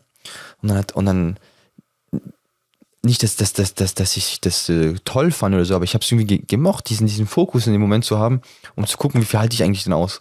Und am Anfang es gibt auch immer tiefere Verständnisse über gewisse Sachen. Und mein erstes Verständnis darüber war, wie viel halte ich denn aus? Ohne weiter Gedanken. Dann habe ich gesehen, okay, 10 Schläge habe ich geschafft, nächste Woche mache ich 12. Dann habe ich 12 geschafft. Dann habe ich gesagt, komm, am gleichen Tag noch, probieren wir 20. Dann habe ich Bauchschmerzen am nächsten Tag. Aber dann sage ich, okay, und ich probiere, bis ich bei 100 gekommen bin. Und irgendwann habe ich mir die Frage gestellt, ja, warum mache ich das eigentlich? Was bringt mir das? Und dann, der Lehrer sagt immer, das hilft dir einfach, dein Herz, deine Gedanken so richtig zu stabilisieren und mit dem Schmerz umzugehen. Und es geht immer nur um diese Stabilität. Ich bin in dem Moment, wenn ich nicht stabil bin und gerade an die Pizza denke, die ich am Samstag esse, kann der Schmerz mehr wehtun, weißt du? Und das fand ich immer sehr spannend. Und letztendlich habe ich das dann auch so verstanden, wie ich es am Anfang so gemeint habe, dass das Training sozusagen auf das Leben überspringt. Und dass ich das am Anfang nicht verstanden habe, einfach nur aus Spaß und wie stark bin ich eigentlich, zu, es hat mir wirklich was im Leben gebracht, diese Schläge zu kriegen, mit mir umzugehen, wie gehe ich mit dem Schmerz um, wie gehe ich damit um, dass ich gerade keinen Bock darauf habe, weil du musst dir vorstellen, ich habe das jede Woche 2-3 Mal gemacht, also mindestens einmal. Also ich wusste jede Woche, wenn die neue Woche anfängt, okay, es wird der Moment kommen, wo das eben passiert, wo ich keinen Bock drauf habe. Aber trotzdem habe ich es gemacht und so ist das Leben ja auch. Das Leben ist ja nicht immer nur sehr schön und das ist auch eine Art von Training. Ich mache Sachen, die ich nicht mag. Dadurch, wenn ich jetzt zum Beispiel jetzt gerade in Deutschland wieder ein paar Termine habe und ich habe keine Lust, ich sage jetzt irgendwas, 5 Tage, jeden Tag 10 Stunden Auto zu fahren, aber trotzdem mache ich es, weil ich damit umgehen kann, weißt du, wie ich meine? Und letztendlich hat mich das dazu gebracht. Und das mit dem Stock, das sieht immer sehr unglaublich aus, aber das kriegt jeder hin. Also was viel mehr wehtut, das kann ich dir garantieren, ist einfach, weißt du, ob du schon mal Kickboxen oder so gemacht hast? Bitte? Kickboxen hast du das schon mal gemacht? Oder Muay Thai, diese Mittelkicks in den Bauch, das tut viel mehr weh als der Stock. Also du kannst mit dem Stock richtig ausholen, durchziehen, vielleicht bricht er irgendwann, aber mit dem Bein, das ist um ein 100-faches schlimmer. Aber das sieht halt bildlich sehr stark aus, weißt du? Und hat auch einen Effekt dann auf viele Sachen, aber letztendlich ist es ein Skill, den man sehr schnell lernen kann. Ja. Aber was ist die Intention? Also Schmerzen hinzuzufügen? Also die Intention ist letztendlich zu lernen, mit externen Schmerzen umzugehen. So, weißt du, weil der Schmerz kommt und dann plötzlich wirst du geschlagen und sagst, oh, kommt, und dann gehst du damit um, weißt du, wie das ist ja wieder dein Schutz, weißt du, und dann wirst du geschlagen und dann, das kann man auch sehen, das Leben haut dich immer auch mal weg, weißt du, und dann, wie stehe ich auf? Und das sind so kleine Sachen, genau, so ungefähr. Also man versucht sozusagen, wenn ich das richtig verstehe, man versucht, manchmal davon gesprochen, dass man immer so Ups und Downs im Leben hat. Man versucht diese Downs zu simulieren durch einen Schmerz, sodass man sozusagen resilienter wird, genau, mit so einer schwierigen Situation umzugehen. Genau. Habe ich das richtig verstanden? Ja, richtig verstanden, genau. Das ist es. Und das ist ja ein Bereich vom Training. Es gibt noch tausende Bereiche, die auf der Kamera oder nicht gut rüberkommen, die aber viel schwerer sind. Und das Schwerste ist, jeden Tag das Gleiche zu machen, die gleiche Routine zu haben auf Monate, wo du irgendwann an diesen toten Punkt kommst, wo du dir denkst, aber langsam ist langweilig, weißt du? Und das ist das Härteste, weißt du? Und das siehst du auch bei den Kids, die machen jeden Tag das Gleiche und du hast natürlich am Anfang Reize, aber wenn du das so viele Jahre machst, irgendwann aus der gleichen Schüssel und die gleichen Chopsticks und den gleichen Reis und den gleichen Lehrer und alles gleich, irgendwann brauchst du was Neues. Und das ist auch Teil vom Training. Und Teil vom Training kann sein auch, dass du den Berg hochrennst, weißt du? Auch bildlich gesehen, ich gehe den Berg hoch, weißt du, ich gebe nicht auf, Treppe für Treppe. Und all diese Trainings, die du da machst, diese Kreativität und die du hast, kannst du sozusagen, zum Beispiel, wenn dir der Berg mehr Spaß macht, als mit dem Stock geschlagen zu werden, dann kannst du den Berg öfter machen, weißt du? Und dann kannst du sagen, ja, ich bin in meiner Jugend, bin ich den Berg jede Woche 10-mal hoch. Und das gibt dir so viel für deine Zukunft, weißt du? Du hast gesagt, also dieses Schmerzen sozusagen zufügen ist eine Sache und das andere ist das Monotone durchzustehen sozusagen. Ja. Was ist da das Ziel? Also einfach weiter, also das einfach durchzuhalten ebenfalls? Oder, also das hat ja eigentlich kein Ende. Genau. Also so ein Schmerz zum Beispiel, da ist es ja so, du bekommst jetzt einen Schlag und dann musst du darauf klarkommen. Ja. Ne, das ist eine gewisse Zeit, das kannst du ja auch nicht die ganze Zeit machen. Ja. Das ist ja in einer gewissen Zeitspanne, wo du dann dieses Training machst. Ja, genau. Ja. Das Monotone hört ja nie auf. Hört nie auf, nein. So. Das heißt, was ist das Ziel?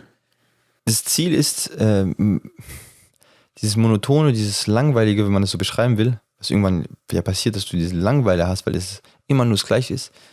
Wenn du bei das Ziel ist, erstmal zu diesem Langweilepunkt überhaupt zu kommen, weil der braucht erstmal, also, weil den hast du ziemlich schnell, den kannst du auch nach 3 Tagen kriegen, aber diesen Langweilepunkt so richtig so, weißt du, angenommen die Langeweile ist jetzt hier, ja. Und du nimmst die Schaufel und du buddelst bis tief, weißt du? Und dann kommst du wirklich an einen Punkt 100 Meter an und sagst, okay, ich habe die Langeweile verstanden und ab da fängt es dann an. Ab da sagst du, okay, wie mache ich denn jetzt was lerne ich denn jetzt aus dieser Langeweile? Und genau dieser Punkt nenne ich auch diesen toten Punkt, weil ich habe den Eindruck, ich habe viel gebuddelt und ich habe auch an Momenten, wo ich mir gedacht habe, boah, jetzt schon wieder das gleiche Essen und boah, schon wieder dies und schon wieder jenes. Aber ich habe einfach weiter und irgendwann kam der Punkt, wo ich realisiert habe, dass mir das eigentlich, dass mir das so viel gibt. Und das ist ich kann es schwer in Worte fassen, weil es ist mehr so ein Gefühl, das ich habe. Aber ich habe den Eindruck, dass ich an diesem Punkt für mich das Kung Fu am meisten gefunden habe. In dieses Auseinandersetzen mit sich selber, durch die Langeweile jeden Tag durch das harte Training. Das ist ja eine Mischung aus vielen Sachen. Und irgendwann kommst du an diesen Punkt und dann gibst du nicht auf und du machst weiter und du machst weiter und du machst weiter und dann findest du sozusagen dein persönliches Kung Fu. Und die Langeweile hat mir meiner Meinung nach, wenn man es Langeweile nennen will, weil eigentlich ist es ja nicht langweilig, aber ich nenne es immer so Langeweile, damit man ein bisschen versteht, was ich mit Langeweile, weil das zieht sich in die Länge, ne? Es zieht sich in die Länge und es ist immer nur das Gleiche. Und ich habe dann dadurch, würde ich sagen, du lernst halt viel Geduld.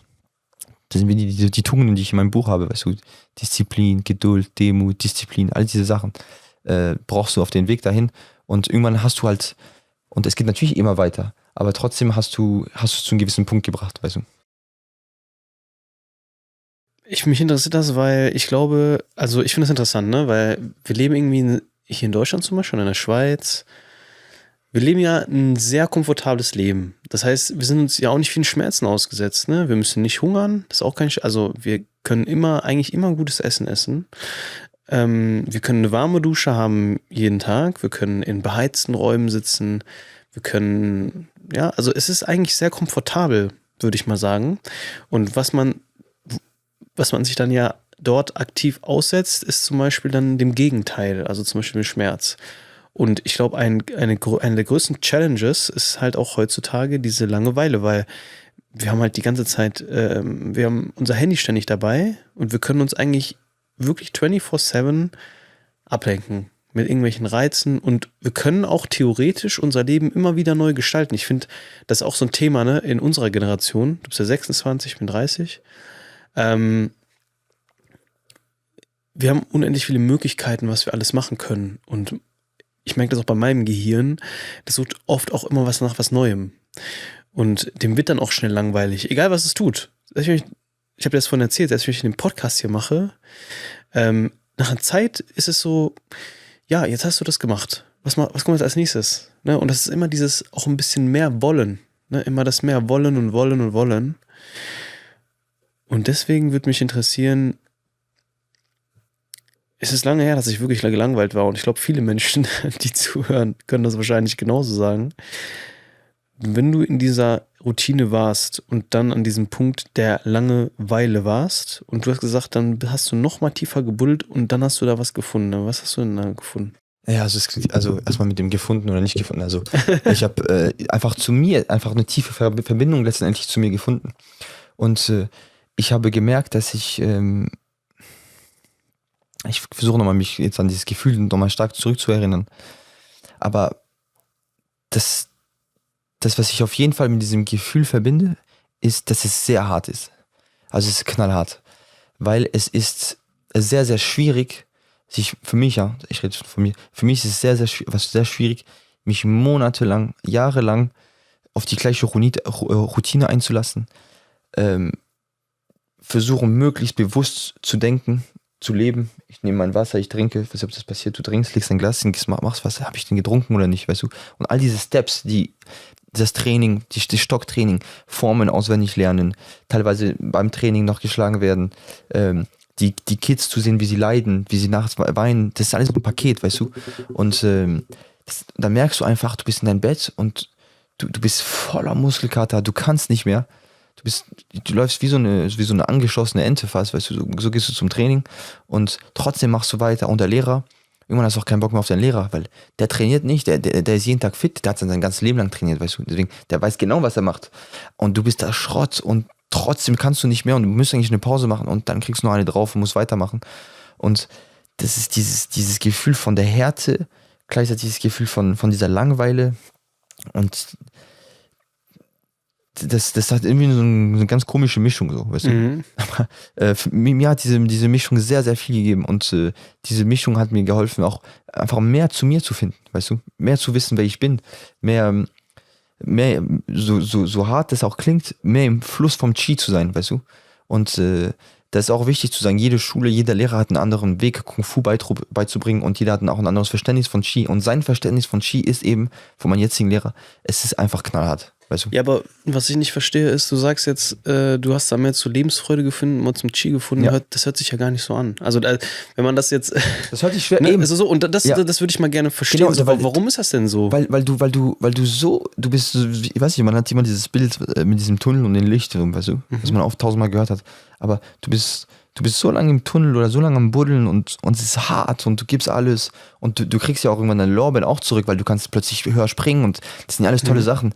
Aber dann fragst du dich auch, warum mache ich denn das? Und weißt du, und irgendwann passiert es einfach, du bist fertig vom Training, es war so hart, du hast dich überwunden, du hattest keinen Bock, du lagst im Bett voller Muskelkater.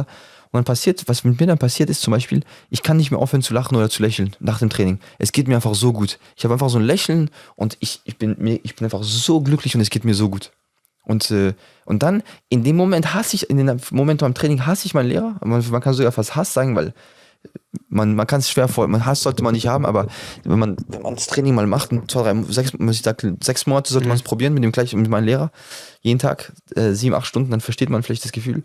Und dann merkst du, wie viel du eigentlich erreicht hast und wie viel besser du geworden bist in diesem Tryhard, den du hattest. Und es gibt dir einfach so viel. Und es ist schwer zu verstehen, ich weiß, oder was heißt schwer zu verstehen, vielleicht erkläre ich es auch nicht gut, aber mir hat es sehr viel gegeben. Und ich bin dem für immer dankbar. Und er sagt auch immer, dass seine Schüler nie verstehen, warum er das mit denen macht. Und man versteht es erst, wenn man sozusagen die Kinder, die sind 6, die gehen mit 18, die verstehen es erst sogar viel später. Also nach 18 noch, wenn sie ins Leben einsteigen und die ersten Challenges kommen, merken die einfach, okay, ich habe die Werkzeuge. Ich kann dagegen antreten. Und sobald sie da dieses Gefühl haben, dann kommen sie zurück zum Lehrer und bedanken sich. Aber bis dahin nicht. Dadurch, dass ich ein bisschen älter bin, als wenn ich mit einem 8-Jährigen trainiere, habe ich auch ein anderes Verständnis vom Leben und ich sehe die Sachen auch anders. Ich habe auch einen anderen Zugang zum Lehrer als der Kleine. Aber es ist auch für mich sehr schwierig. Und ich merke dann einfach, dass ich das dann, sobald ich das ins Leben bringe, so ein bisschen, dann und nach dem Training, wie ich mich fühle und dass ich was erreicht habe und in Kombination zu dann, okay, ich habe in meinem Leben was erreicht, was ich sonst nicht geschafft hätte, dadurch, dass ich durch dieses knallharte Training gegangen bin, das gibt dir einfach sehr viel. Man muss es aber wollen. Und deswegen gibt es auch verschiedene Lehrer. Es gibt Lehrer, die sind gar nicht so. Es gibt Lehrer, der macht ganz anderes Training. Heißt aber nicht, dass es schlechter ist. Jeder muss das rauskriegen, was für ihn gut ist. Aber was ist jetzt, anhand dieser Erfahrung, ne? Was ist jetzt deine Quintessenz daraus? Weil jetzt nicht jeder kann jetzt nach China gehen und so ein Training absolvieren. Ja. So, was ist deine Essenz daraus? Was meinst du genau mit Essenz? Die Essenz zum Beispiel aus der Erfahrung, dass wenn du dich einer Routine unterziehst, die auch mit viel Langeweile, Schmerzen und so weiter verbunden ist, mit viel Körperlichkeit, dass man dann auf einmal eine gewisse Lebensfreude oder auch ein Qi verspürt.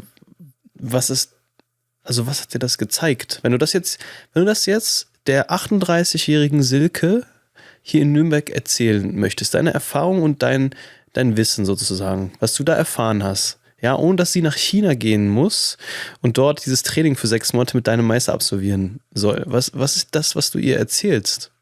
Was würde ich ihr erzählen? Also schon mal ganz kurz zu dem Gefühl, nochmal ganz kurz anders. Wenn du mir das Gefühl wegnimmst oder mir was anderes gibst, ich würde das gegen nichts eintauschen. Also das ist für mich so wertvoll. Das Gefühl, was er mir übergeben hat und sein Verständnis von Kung Fu und du musst dir auch vorstellen, vor 20, 30 Jahren war China auch mal ganz anders als jetzt. Früher in China, aus 100 Schülern, waren 99 sehr gut, einer war schlecht. Mittlerweile ist es andersrum. Also es gibt 99 schlechte und einen guten Schüler. Und der war noch in der Generation von, es gab keine Handys, du hast deine Eltern noch weniger gesehen, das Training, du wurdest nur geschlagen. Der hat ein Leben geführt, das kann man sich gar nicht vorstellen. Also keiner von uns kann sich das vorstellen. Mit 6 ohne Eltern, ausgesetzt bei irgendeinem Lehrer, wo du nicht mal weißt, was der kann und du wirst nur geschlagen. Und er hat so ein hartes Leben und er hat das, was er daraus genommen hat, so ein bisschen ummodelliert, anders und sein Wissen und seine Lebenserfahrung noch alles reingebracht und bringt jetzt ein Kung Fu bei. Und er hat wirklich versucht, mir das Kung Fu so authentisch wie möglich rüberzugeben. Und er ist nach meinen Eltern die Person, die mir am meisten in mein Leben gebracht hat. Und wie ich das der Silke erklären würde, was meinst du, was für ein Gefühl ich da gespürt habe? Oder wie genau meinst du das? Was ich in China erlebe, meinst du, oder?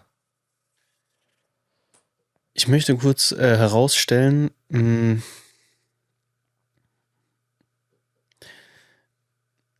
Das Ding ist, nicht jeder kann ja jetzt nach China reisen, Ja. um deinen Meister zu treffen und dieses Training zu absolvieren. So, Und es ist auch nicht für ihn gemacht, genau. muss man sagen. Genau.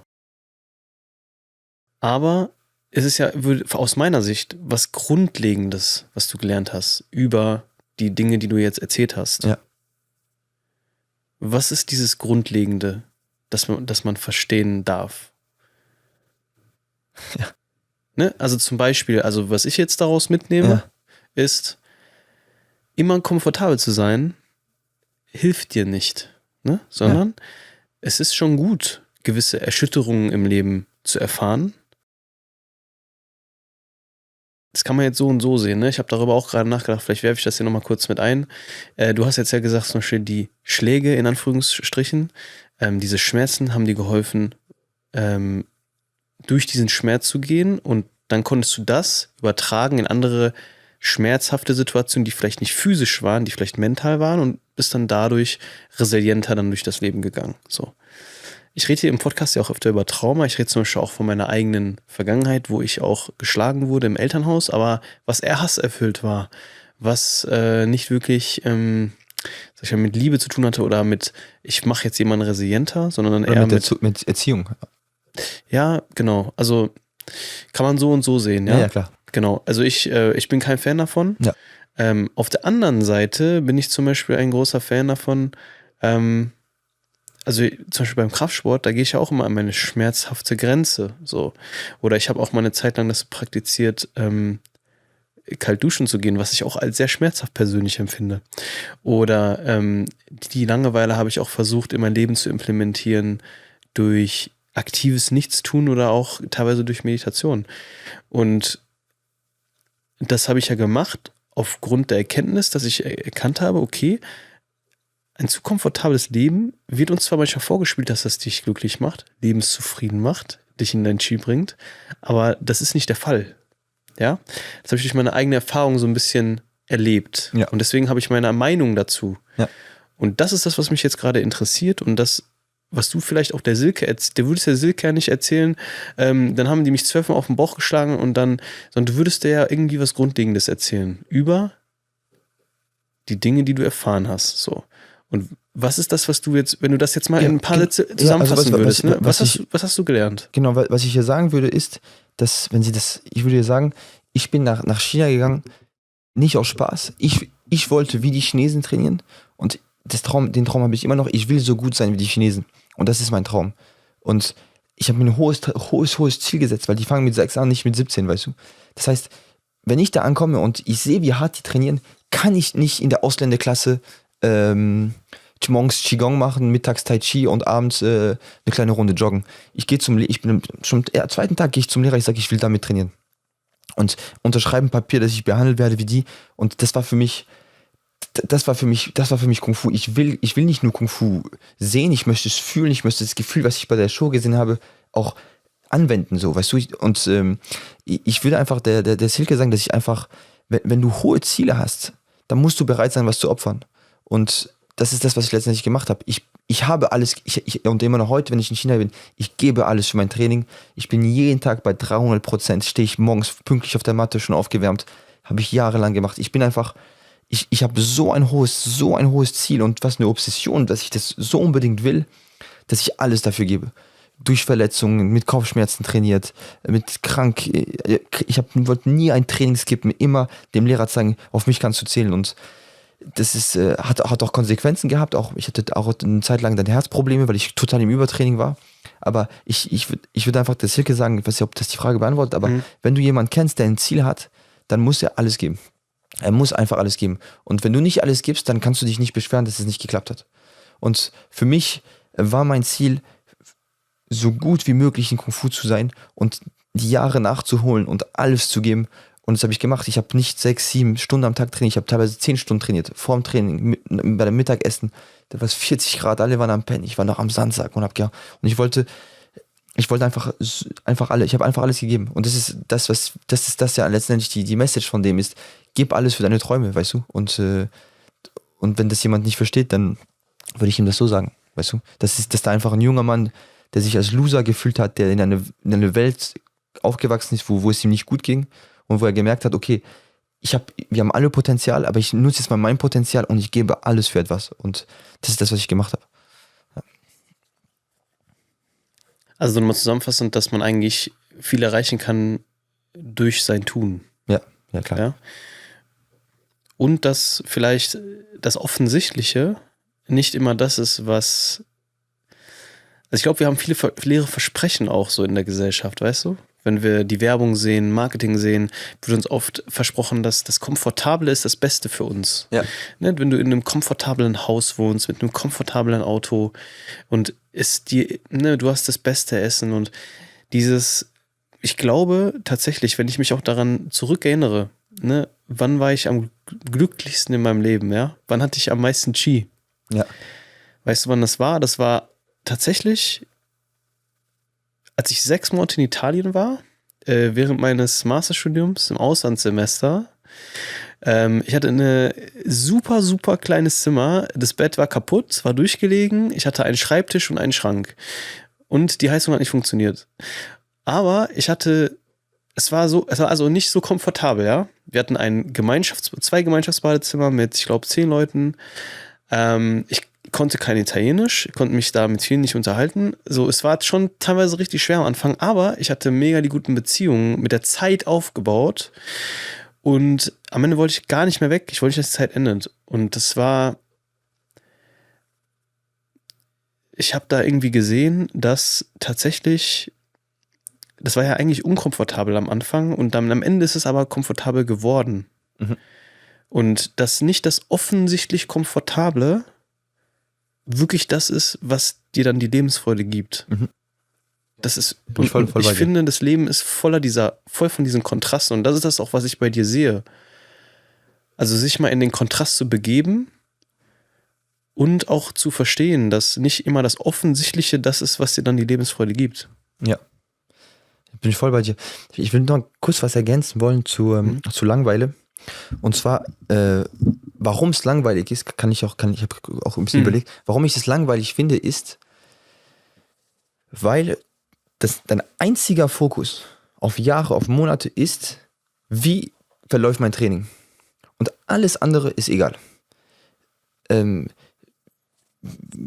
Also es gibt keine anderen Probleme, es gibt nur Training. Die 3 Fragen, die du stellst, ist, wie schlafe ich, wie esse ich und wann trainiere ich? Und das ist alles.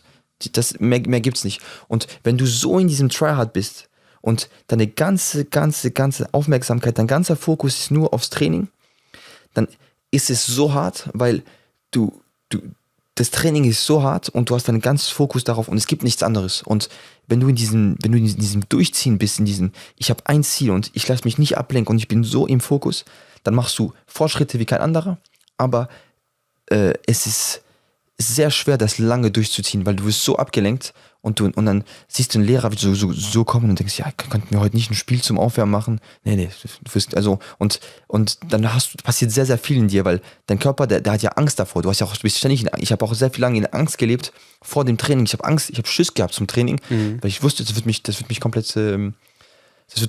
komplett hochnehmen, sag ich mal.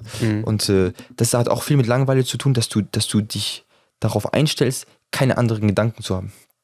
Weißt du, wie ich meine? Und das ist, glaube ich, nochmal ein wichtiger Punkt, warum es zu Langeweile führt. Genau, und nochmal zu dem, was du gesagt hast, bin ich voll bei dir mit dem komfortabel und ja, das ist tatsächlich so, dass wir ein sehr komfortables Leben führen und was auch gut ist, aber es ist, glaube ich, wichtig auch mal etwas weniger komfortabel zu leben, wie in deinem Beispiel, wo du da gelebt hast, 2 Badezimmer, 10 Leute, kannst die Sprache nicht, das ist letztendlich scheint es nicht geil, aber letztendlich war das doch eine schöne Zeit, weißt du? Ja, genau.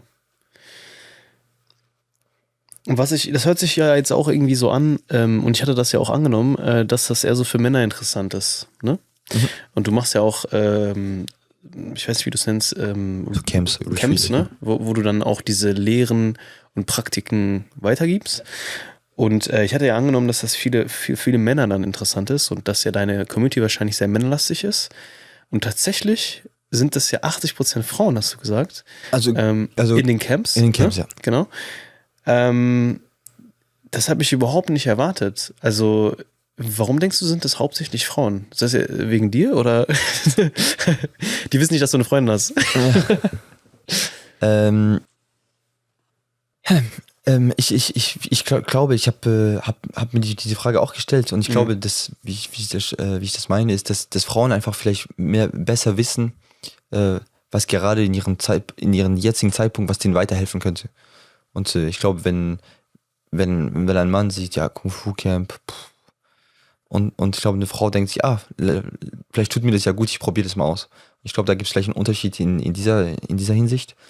Aber sonst anders kann ich mir das nicht so erklären. Also du meinst eher so in der Offenheit der Frau, dass sie da auch das Potenzial sieht, die Offenheit, die der Mann dann vielleicht in dem Moment nicht hat. Genau, ja, richtig. Ja. Ne, so wie das bei mir auch im Podcast habe ich dir ja vorhin auch erzählt, dass halt 80% Frauen den Podcast hören, weil es auch viel um Emotionen geht, um Lebenskrisen und die Männer irgendwie gefühlt das anscheinend nicht so interessiert, weil die einfach nicht diese Offenheit da besitzen oder diese emotionale, dieses sich auch in die anderen hineinversetzen. Das siehst du auch bei dir in den Camps sozusagen. Ja, auf jeden Fall, ja. Total verrückt, aber ich finde es super. Und in China auch. Also ich meine auch in China haben wir, man denkt, da gehen nur Jungs hin, aber stimmt gar nicht. Da sind sehr, sehr viele Frauen, die das auch machen, ja. Was mich auch nochmal interessieren würde, sind so diese verschiedenen Tugenden, die es im Kung Fu gibt. Ich habe mir die schon mal rausgeschrieben gehabt und mich auch mal selber damit beschäftigt und ich finde es total interessant, mal darüber nachzudenken, was gibt es eigentlich für Tugenden, weil darüber denkt man in Deutschland, finde ich, gar nicht so viel nach. Also zumindest so, also ich rede mit meinen Freunden da eigentlich jetzt nicht drüber, aber es ist total wichtig und interessant, sich mal darüber auseinanderzusetzen, was gibt es eigentlich für Tugenden und welche Tugenden sind vielleicht auch Stärken von mir und was sind so Schwächen. Hast du so eine Übersicht, sage ich mal, was so die wichtigsten Tugenden im Kung Fu sind? Also eine genaue Übersicht habe ich nicht. Ich habe jetzt 5 in meinem Buch genommen. Vielleicht kann ich dir mal sagen. Also es geht um Disziplin, Fokus, Demut, Geduld und genau, es gibt noch viele weitere, aber das sind einfach so ein paar, die ich genommen habe, die ich mir gedacht habe, die gut zu dem passen und gut zu dem Training, das ich verfolgt habe und zu der inneren Arbeit, die ich gemacht habe, passen. Genau. Also Fokus, Mut, Disziplin, Demut und Geduld. Ja. Warum hast du die ausgewählt? Weil ich mich mit denen erstens mal sehr gut identifizieren konnte und auch den Eindruck hatte, bevor ich eben zu diesem Training in China gegangen bin, ist mir aufgefallen, dass ein Training dauert 3 Stunden. Auf dem Tag haben wir 2x 3 Stunden, einmal 1 Stunde. Und dass vor jedem Trainingsbeginn bis zum Schluss diese 5 Tugenden von mir verlangt werden. Den Mut zum Training, weißt du, die Disziplin weiterzumachen, im Training selber den Fokus.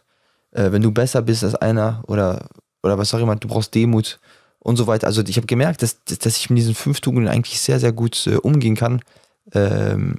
Also nicht umgehen kann, ich kann diese 5 Tugenden sehr gut nachvollziehen in dem, was ich gemacht habe und die für mich einfach das am besten darstellen, was mit einem passiert emotional durch so ein Training. Weil es sieht aus, als würde man sein Hirn ausschalten und einfach machen. Gibt es auch Tage, aber es gibt auch Tage, wo viel in dir passiert und du musst damit umgehen. Und Tage, wo du, wie ich schon erwähnt habe, wo du allein nur Mut brauchst, zum Training zu gehen. Mich interessiert insbesondere die Demut. Was bedeutet das für dich? Also der Demut ist in Kung Fu fast eines der schönsten Tugenden, sag ich mal. Ich gebe dir ein Beispiel. Es gab einen Schüler im Tempel, der hieß Xiaolong. Xiaolong heißt kleiner Drache.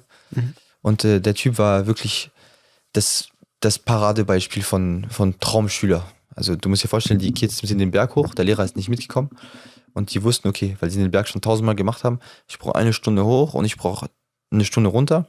Heißt, die sind 20 Minuten hoch zum Fluss, ein bisschen nass gemacht so und sind nach 2 Stunden wieder runter. Und dann gab es eben diesen Xiaolong, der ist immer hoch und wieder runter, jedes Mal, auch wenn der Lehrer nicht da war. Und letztendlich haben sie sich dann an ihn angepasst, okay, wir kommen 10 Minuten nach ihm. Das heißt, sie haben ihn die Treppen dann nach 2 Stunden runterlaufen sehen, haben noch gefühlt 10 Minuten gewartet und sind nachher hinterher gerannt. Und was er gemacht hat, ist, obwohl er der beste Schüler war, wir mussten jeden Tag aufräumen, den Tempel aufräumen. Das heißt, du musst jeden Tag 1/2 bis 1/3 Stunde musst du kehren. Und alle sind immer nach einer halben Stunde gegangen. Und der Einzige, der immer noch viel länger da war als alle, noch die Schuhe von dem Lehrer geputzt hat, noch weiter gefegt hat, war eben dieser Xiaolong. Und für mich ist er das Beispiel von Demut für mich. weil er ist so, der hat der ist so, ich habe das Wort, so humble, weißt du, dieses bodenständig, so respektvoll, so, ich weiß nicht, das ist für mich, das ist die Person, die mich mit in meinem Leben am meisten inspiriert hat. Ja. Aber was heißt das für dich? Also klingt ja auch nach so einer gewissen Aufopferung fast schon. Das ist einfach einer, der verstanden hat, dass der Lehrer da auch durchgegangen ist und so viel Respekt dem Lehrer zeigt für den Weg, den er gegangen ist und dadurch einfach zeigt, dass gutes Kung Fu, vor allem bei dem Beispiel wichtig zu verstehen ist, er ist der Beste in der Schule, also könnte er sich doch denken, ich bin der Beste, ich habe nur noch ein Jahr und dann gehe ich kann doch, dann lasse ich doch mal die Kleinen eine halbe Stunde lang aufräumen und ich gehe ein bisschen früher und leg mich nochmal hin, weißt du. Aber dass er bei seinem Status noch länger kehrt als alle, ist unglaublich. Und das ist das, was mich so fasziniert hat, weißt du. Aber warum ist das, denkst du, so wichtig, Demut zu haben? Also in dem Fall heißt es ja, also was genau bedeutet das jetzt? Das heißt, theoretisch, ne, ich bin der Beste in der Schule, ne? Oder ich bin der Beste, man kann es ja auf viele Bereiche übertragen. Ja. Und trotzdem aber halte ich nichts Besonderes von mir, sondern verhalte mich so, als wäre ich nicht der Beste, genau, sozusagen. Genau, und ne? das ist sehr hohes Kung-Fu-Niveau. Das ist, weil der ist vom Skill her der Beste, der ist menschlich ganz toll, der ist respektvoll, on time, der macht alles. Und noch dazu hat er noch diese Humility, weißt du, diese Demut, länger zu kehren als alle und mit so einem Lächeln, und das zeigt einfach sehr, sehr viel von seiner Person. Das ist nicht einer, der sich in den Vordergrund stellt, das ist einer, der ein tiefes Verständnis von Respekt, ein tiefes Verständnis zu sich und zu Kung Fu hat. Und das ist für mich sehr unglaublich. Ja. Und warum ist das eine Tugend? Also warum wird das so hervorgehoben, dieser Skill? Also es ist ja wie ein Skill, ne? Ja. Tugend ist ja wie eine, würde ich jetzt mal so sehen, es ist wie eine Fähigkeit, die man sozusagen erwirbt. Es gibt so einen Pool an Fähigkeiten und Demut ist dann eine Fähigkeit davon. Ne? Ja, man kann es so sehen, aber wir können es mal also so wie betrachten. Siehst du's? Ja, für mich sind es einfach so, wir haben alle in unserem Charakter viele Sachen, weißt du, und wir haben alle mal Disziplin, wir haben alle mal Geduld, wir haben alle auch mal keine Geduld, und das sind alles Sachen, die man sich, glaube ich, sich in dem Moment nicht aussucht, sondern man hat sie und dann guckt man, wie man damit umgeht, und man versucht besser mit den Sachen umzugehen. Und anhand von dieses Beispiel, das zeigt auch, was für eine Körperkontrolle er hat, wie stabil er ist, wie nicht gestresst er ist, und dieser junge Mann ist war für mich schon immer ein Beispiel. Warum? Weil er hat Glück gestrahlt, weißt du, er hat Lebensfreude gestrahlt, er hat immer nur gelacht, es ging in den Pausen, es ging ihm immer gut, der hat wirklich für mich war das so sieht für mich Kung Fu aus, weißt du. Und ich habe sehr, sehr viel Respekt davor, dass jemand das macht, weil ich habe festgestellt, es gibt ich unter anderem auch, das hat mir mein Lehrer immer gesagt, guck, dass du nie zu stolz sein wirst. Guck, dass du dich nie denkst, ich bin jetzt so und so. Was macht das mit einem? Was glaubst du, warum ist es schlecht, wenn man zu stolz ist, wenn man zu sehr von sich hält? Ich glaube nicht, dass es schlecht ist. Aber ich weiß, dass es für mich nichts ist. Für mich, wenn ich sage nicht, dass es schlecht ist, kann auch sehr gut sein, aber für mich, wenn ich mit mir aussuchen sollte, was von den beiden nehme ich, dann nehme ich eher das andere Beispiel, weißt du? Das mit dem länger Besen als länger Kern als aber die es scheint ja so, dass es im Kung Fu so ist, dass Demut sozusagen Tugend ist und Stolz ist ja jetzt keine Tugend, oder? Oder kann auch sein. Kann auch eine Tugend sein, ja. Also genau, ich meine, kann theoretisch alles eine Tugend sein, weißt du? Stolz ist auch eine Tugend, ja. Aber ich finde, Stolz ist auch sehr wichtig, weißt du? Aber das ist immer wieder eine Balance aus den Sachen, weißt du? Und das Wichtige beim Kung Fu ist, man sagt nicht, das ist gut, das ist schlecht, sondern man nimmt die Sachen so, wie sie sind. Okay. Und er hat einfach, wie ich schon gesagt habe, einfach einen tiefen Verständnis zu den Sachen. Und das zeigt sehr viel, weißt du? Weil das Kern kannst du auch so übertragen, wie ich nehme meine Sorgen und jedes Mal fege ich meine Sorgen neu um, weißt du? Wenn du deine Wohnung aufräumst, geht es dir nachher viel besser, weißt du, wie ich meine? Und er hat einfach obwohl er es schon so weit geschafft hat, macht er trotzdem noch weiter. Und es zeigt einfach dieses tiefe Verständnis und das tiefe Verständnis der Tugenden, und das zeigt sehr viel über eine Person, weißt du. Und das ist in China auch, in der Kultur, die ist ja auch ein bisschen anders als bei uns, ist das so, wie man sich das vorstellt. Du musst dir vorstellen, in China, wenn ich jetzt mit dir, wir trinken zum Beispiel einen Tee und du bist der Lehrer, kann ich dir mal zeigen. Mhm. Genau, wir stoßen jetzt mal an. Mhm. Genau, und dann komme ich und dann gehe ich unter dir mit dem Glas. Und dann aus Respekt, was machst du? Das heißt, du gehst auch runter mit dem Glas, dann halte ich dein Glas. Weißt du, das ist so funktioniert das. Und jetzt bin ich weg vom Mikro, aber es ist, hat viel mit Respekt zu tun, und das ist auch die Kultur, die ein bisschen anders ist, muss man auch sehen. Aber das gefällt den Lehrer immer sehr, wenn er sagt, okay, ihr müsst aufräumen, und der eine räumt länger auf. Das ist dann schon stark. Okay. Und was ist eine Tugend, wo du dich dann mehr damit beschäftigt hast? Weil ich habe es auch gemacht. Und da habe ich so darüber nachgedacht, in welchen Tugenden bin ich eigentlich gut und was sind so meine Schwächen? Hast du da erkannt, so, worin du zum Beispiel gut bist und wo du zum Beispiel das meiste Potenzial noch hast als Persönlichkeit? Da müsste ich kurz überlegen, aber vielleicht kannst du interessant von dir zu hören, was du dazu sagst. Ja, also ich hab mir noch so eine größere Palette an Tugenden mal angeschaut, und ich habe auch meine Freunde gefragt, schaut mal, habt ihr mal darüber nachgedacht, schaut mal hier, das sind die Tugenden, was denkt ihr eigentlich, wo habe ich das größte Entwicklungspotenzial, ne? Weil das ist auch so ein bisschen wie eine Aufforderung, hey, zeig mir meinen blinden Fleck. Ja. Ich bin da immer großer Fan von. Das tut immer ein bisschen weh, aber ich denke dann darüber nach, und dann denke ich mir, okay, ich kann daran arbeiten, weißt du? Ja. Und tatsächlich, also eine Tugend zum Beispiel wurde mir auch gesagt, und das weiß ich auch, wo ich halt sehr stark ausgeprägt bin, ist zum Beispiel Mut. Ich bin ja sehr mutig, schon immer in meinem Leben. Ich habe eigentlich keine Angst, Dinge zu initiieren, von einem auf den anderen Tag etwas abzubrechen und dann einfach zu sagen, okay, das wird schon. Ich habe immer so den Gedanken, das wird schon werden, das wird schon gut werden, so, weißt du? Ich vertraue ins Leben.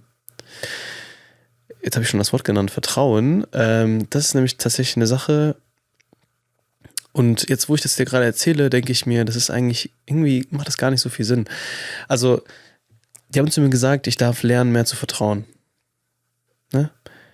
Und das ist beispielsweise, ich hatte zum Beispiel lange Zeit, du hast ja jetzt eine Freundin, ne?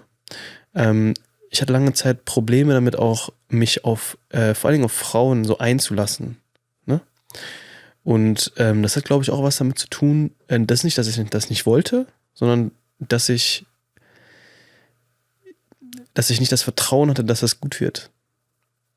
Und deswegen hat mir ein Freund zum Beispiel auch gesagt, ich glaube, Leon, Vertrauen wird dir helfen. Finde ich jetzt trotzdem interessant, wenn ich darüber nachdenke, weil ich mir denke, eigentlich brauchst du ja, um Mut zu haben, auch Vertrauen. Aber trotzdem sehe ich auch das, was er damals gesagt hat.